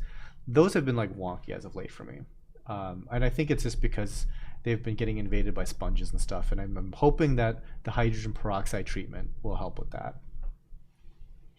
So I don't know, I guess. Well, what corals are out there that are like super hot and interesting? I suppose like high-end SPS are a thing, but right now I think that the Acropora market is like a little crazy. Um, but I don't know. We do well with acros. I mean, I just don't really feel like paying four figures for one. You know what I'm? That's kind of no fun. Because a lot of bad stuff can happen to like an acro frag. You know.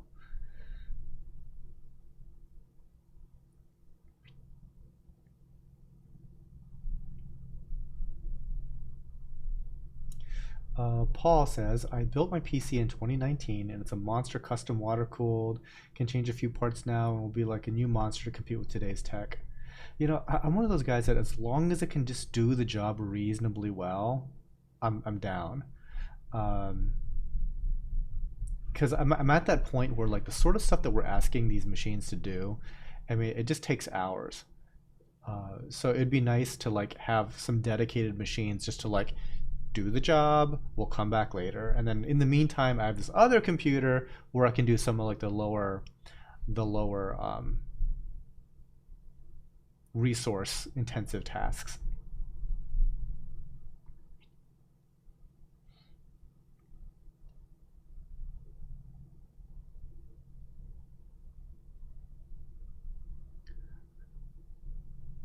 Let's see. Need some suggestions for massive growth on large polyp stonies.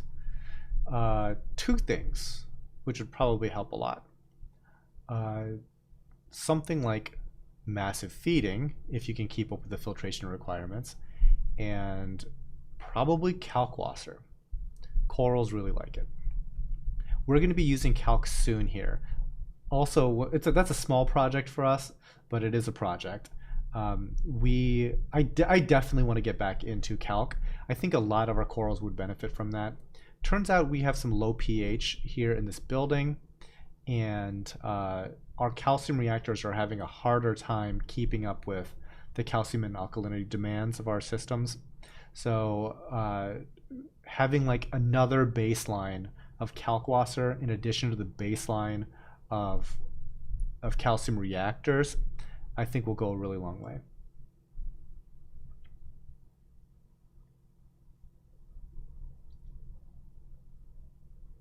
Torches are still pretty expensive. Yes, yes they are, unfortunately. What kind of salt does Tidal Gardens use for their systems? We use reef crystals. We did Instant Ocean for a little bit, but Instant Ocean's like a little bit too low for stuff. I mean, Instant Ocean is formulated basically, guys, for fish-only tanks, specifically public aquariums, because they have a huge market presence. And when you're talking about like a salt that is made for beluga whale tanks, that's the entire reef aquarium industry right there, right? It's like, oh, okay, well, this tank here requires 3 million gallons of salt water, and it's all Instant Ocean. That's going to be formulated for sharks, and they do not need calcium and alkalinity at all. So it's very low in these things, and reef crystals really gets us to like a baseline that we're a lot more satisfied with. We do need to clean out our salt container though. It might be kind of gross. Will M need help with sponge taking over zoanthid plug? You and me both. Actually, for us, it's like our Mycomusa, not so much of our zoas. But I'm gonna like maybe this coming week, maybe I'm gonna try this whole hydrogen peroxide dip. Like, guys, hydrogen peroxide is very aggressive, so you have to be careful with it. Even go with like a lighter dose than than what's even recommended if you're kind of concerned like I am. But I've heard that it is very effective on a lot of things, including sponges. Yeah, see, calc is like some magic stuff, isn't it, Harkins? And this is one of those things that like this is something I've known about for a very long time. It's just you kind of like fall in and out of habits, at least I do.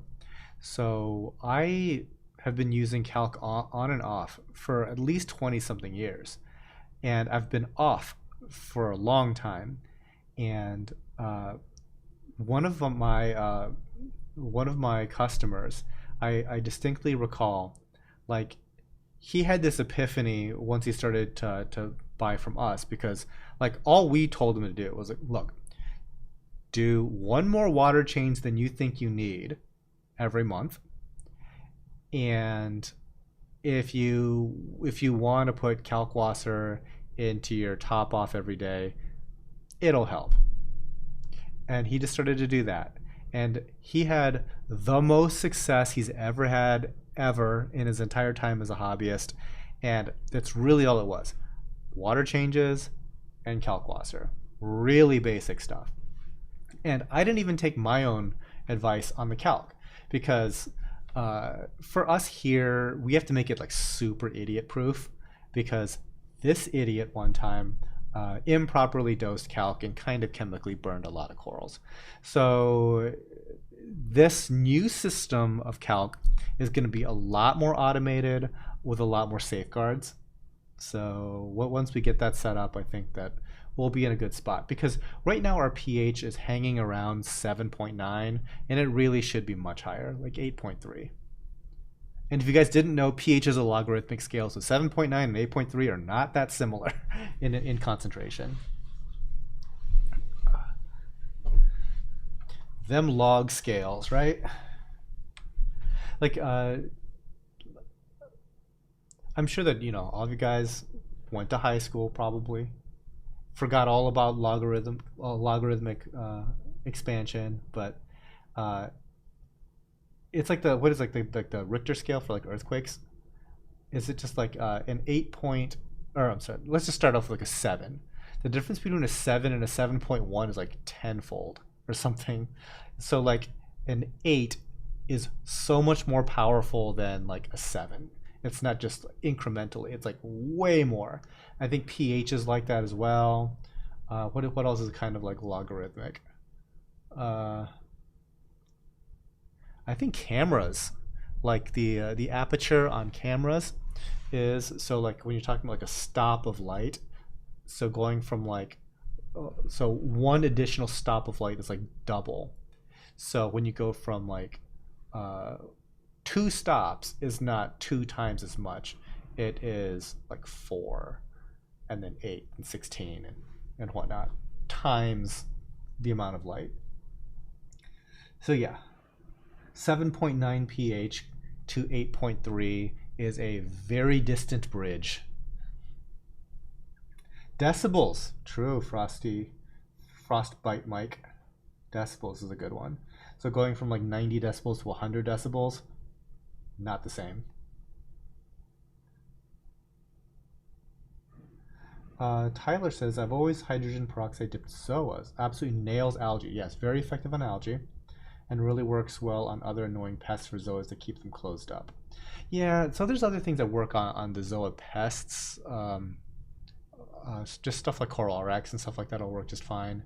But yeah, like nuisance algae and stuff like that could cause them to film up. I could see where that would help a lot. And strangely, going back to the Kalkwaser discussion, calc has weird effects on corals, where like I've seen the healthiest zoas ever, which theoretically, oh, did we freeze again? We froze again. All right, hold on. Let me see if I could try to fix this.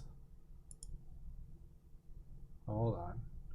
We're so close, guys. We're like half an hour away. We're like a half an hour close to done here. All right, let's try this. Try my elite hacker skills here to try to fix my live stream. It worked for like a fraction of a second. Hold on, let me try this again. Because there's clearly like a reason for this to work, right? Clearly that this witchcraft of me hitting 3 buttons makes any sense. Why does that work? Why does that work at all?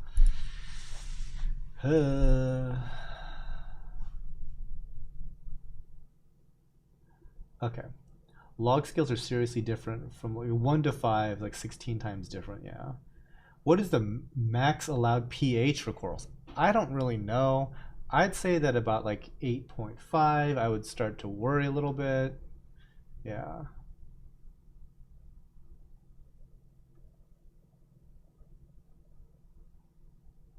Let's see.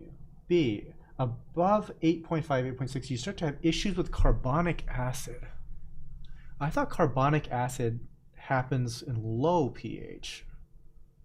Like when you blow like bubbles with a straw into water, you lower the pH, and I thought that the low pH was a result of carbonic acid formation. I could be wrong. This is high school fan talking. It's 1994 again. I might be misremembering stuff. Let's see. Daniel, have you ever tried anaerobic anoxic filters for saltwater systems? Not really a filter. I mean, back in the day, there used to be like filters which, you ran really slow water through a system of coils, and that turned into like an anaerobic zone to denitrify water, but I think that like the denitrification stuff, maybe like in deep sand beds and things, nothing really, nothing really. And I would have no data to back it up. I probably wasn't testing anything at the time. And we're frozen. Oh my gosh, guys. This thing hates me. It hates me. Let's try this again, y'all. I'm so good at this, guys. I mean, I'm not good at this at all. It's failing.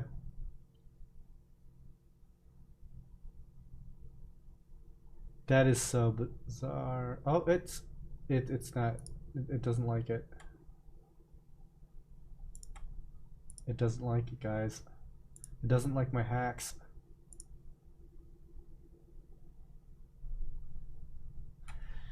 Okay.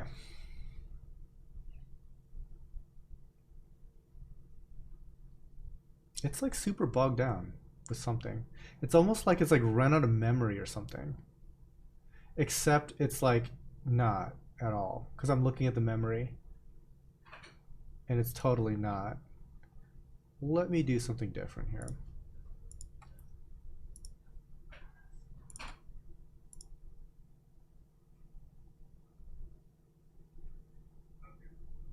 It's acting very, very strange.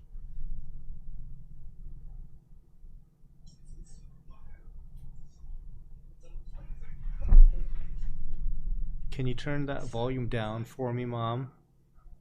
Thanks. My mom just came into the studio. Clear my cache. That might be a scary proposition. Might be real scary. Is it the GPU? I don't know, it's possible. I'm not really sure. You know what I might do? I might export a potato version of this file and see if it is just too big of a file, because this is a pretty chunky file. I told you it's like 100 gigs. I bet I could squeeze it down to like under 20 and have it work.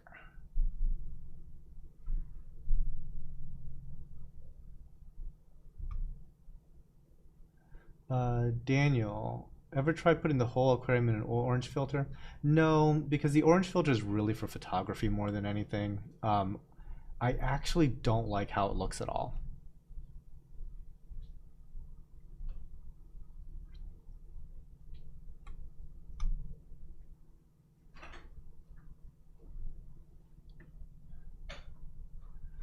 Like the whole thing with orange filters is that it's kind of a crutch.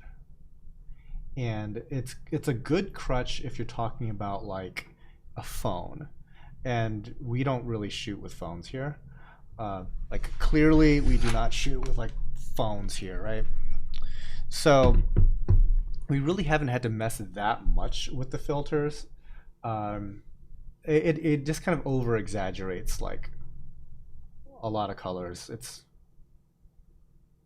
I'm not a huge fan, let's just say. The GPU went out on my Mac a year ago, but my entire computer was turning itself off because it got too hot. Huh. Let's see. Handbrake does a fantastic job of compressing video down to manageable sizes. Yeah, I mean, and we're stopped again. Guys, we have 15 more to go. That's it. That is it. Let's see if I can try this again. Maybe. Fingers crossed. It is just fighting me to the last on this bit. Yeah, my guess is that it's probably slow, because of file size, perhaps. I can make a potato file, and see how well that does. The other thing, you guys, I don't know if you're active on the Facebooks. I'm kind of not, and I'm not active on the Facebooks because for the longest time they weren't allowing like live coral sales on there. Um, oh man, this thing, it fights me. Um, it was so they weren't allowing live coral sales, but I think that they opened it back up for that. So I might tomorrow try to do like a live thing on both YouTube and Facebook, like simultaneously broadcast. And we'll just start off as like a hangout. And if somebody wants to see this again or something like that, I might just like throw it in the background or something like that. But I'm curious to try that out because I remember in the past I was able to do like a simultaneous broadcast to both platforms, and that was kind of a cool feature. But you know, like Facebook rules was like you couldn't be doing any of the livestock stuff. So yeah, I might mess with it.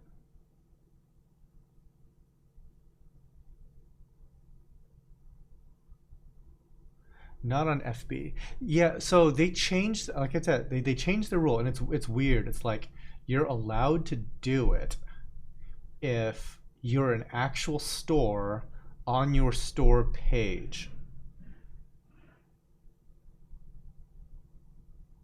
You can have auctions, but it's not sales. It's so no, you can have sales, like straight up sales. No, guys, I'm telling you. So like real quick, I so B, I'm gonna put in a plug for your friend Chris at LAX Aquarium. LAX Aquarium does a live show. Well, okay. Imagine like you know how for the most part, like the live shows here are pretty chill. His is the exact opposite of me. It's like going to a club. Uh, so if you want to like check out like a party channel that's selling coral on Facebook live, it is LAX Aquarium. And I asked him in person about it. It's like I thought that it was not allowed, and he's like, no, it is, but there's like these caveats, and I sure looked it up, and it's like yeah, it's like as long as like you're a store, like a real store. By the way, real store. Facebook decides if you're a real store on your store page, not in the marketplace, not in a group. It is your on your page. You can sell, and he does.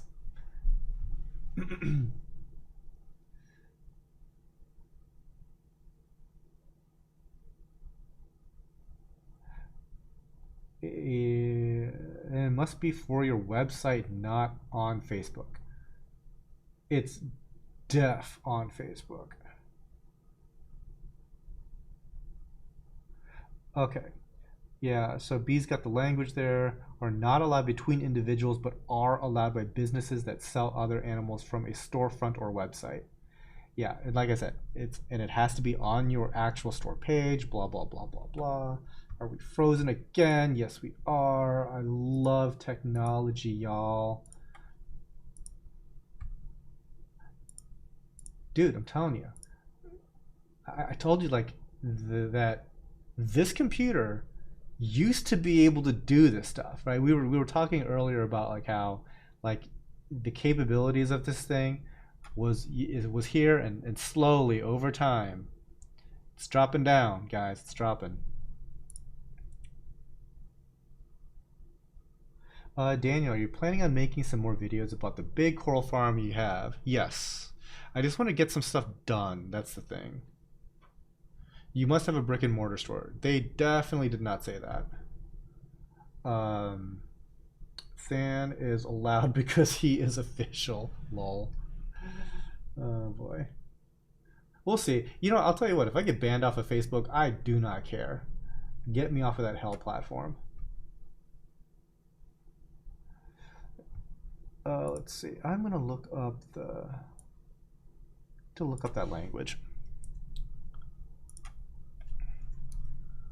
I'm gonna look it up. Like I said, if I happen to get banned.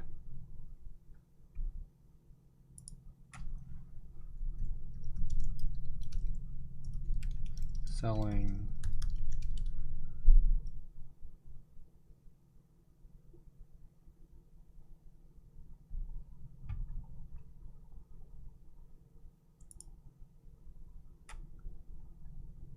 I always like end up like finding like the article, but not directly on like the Facebook thing. It's hard to find. But that language that B had put is like the copy paste from what I had read on Facebook.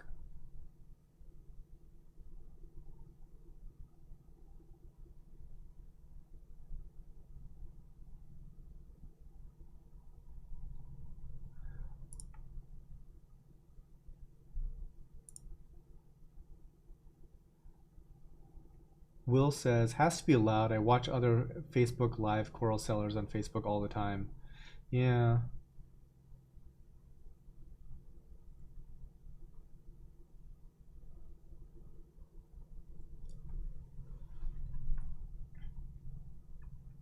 Did I buy any corals at Reef of Palooza? I did not. I did not. There was one that I really liked. It was a rainbow colored um, Homophilia bowerbanki, and I didn't buy it. A local coral farm to me did. So either I'll buy it back from him later, or the person that was selling it, also a friend, and I just invited him over. I said, "Bring me a frag of that. We'll trade something." So I didn't buy that one piece, from Reefapalooza. B, I'm reading their community standards now. I can send it to you. Please do. That'll save me like a Google search. I mean, I've come across it before, but um, whatever, Facebook, whatever. All right, and I guess like that we've cycled all the way through. We got there, kicking and screaming, back to the start line. So, thanks you guys for hanging out.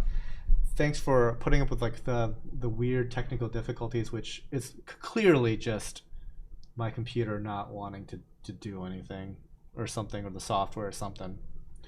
Um, Real quick, I will say my thank yous. First, let's go with the corporate sponsors. Thank you, CoralView, Ecotech, Polyp Lab. Thank you to the channel members, Herb777, Keith Holland, Justin Harden, J Place 328 Reef, and real fast. I'm going to speed read the Patreon folks.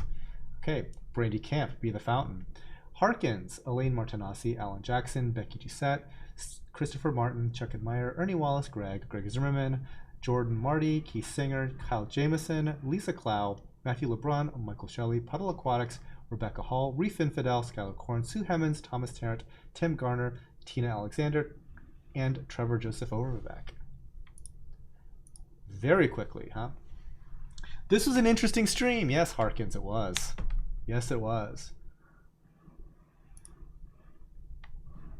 Let's see. Thanks for the sale. Thanks for attending. Yeah, we'll see. We'll see what goes on tomorrow. If I've got time, if I want to mess with the whole Facebook thing, and like I said, I might like export a non super big file of this and see if that corrects it. I'm gonna see if the simultaneous broadcast thing works. And who knows? I might just like shoot a little bit of extra, just walk around footage. Honestly, though, it's a little bit of a war zone downstairs because we're building these canopies, so it's kind of gross.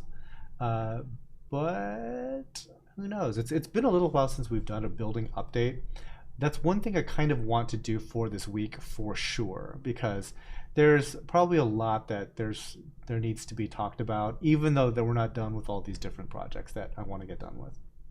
So anyway, guys, thanks so much for attending. Hope you guys enjoyed. Till next time, which might be tomorrow. Later.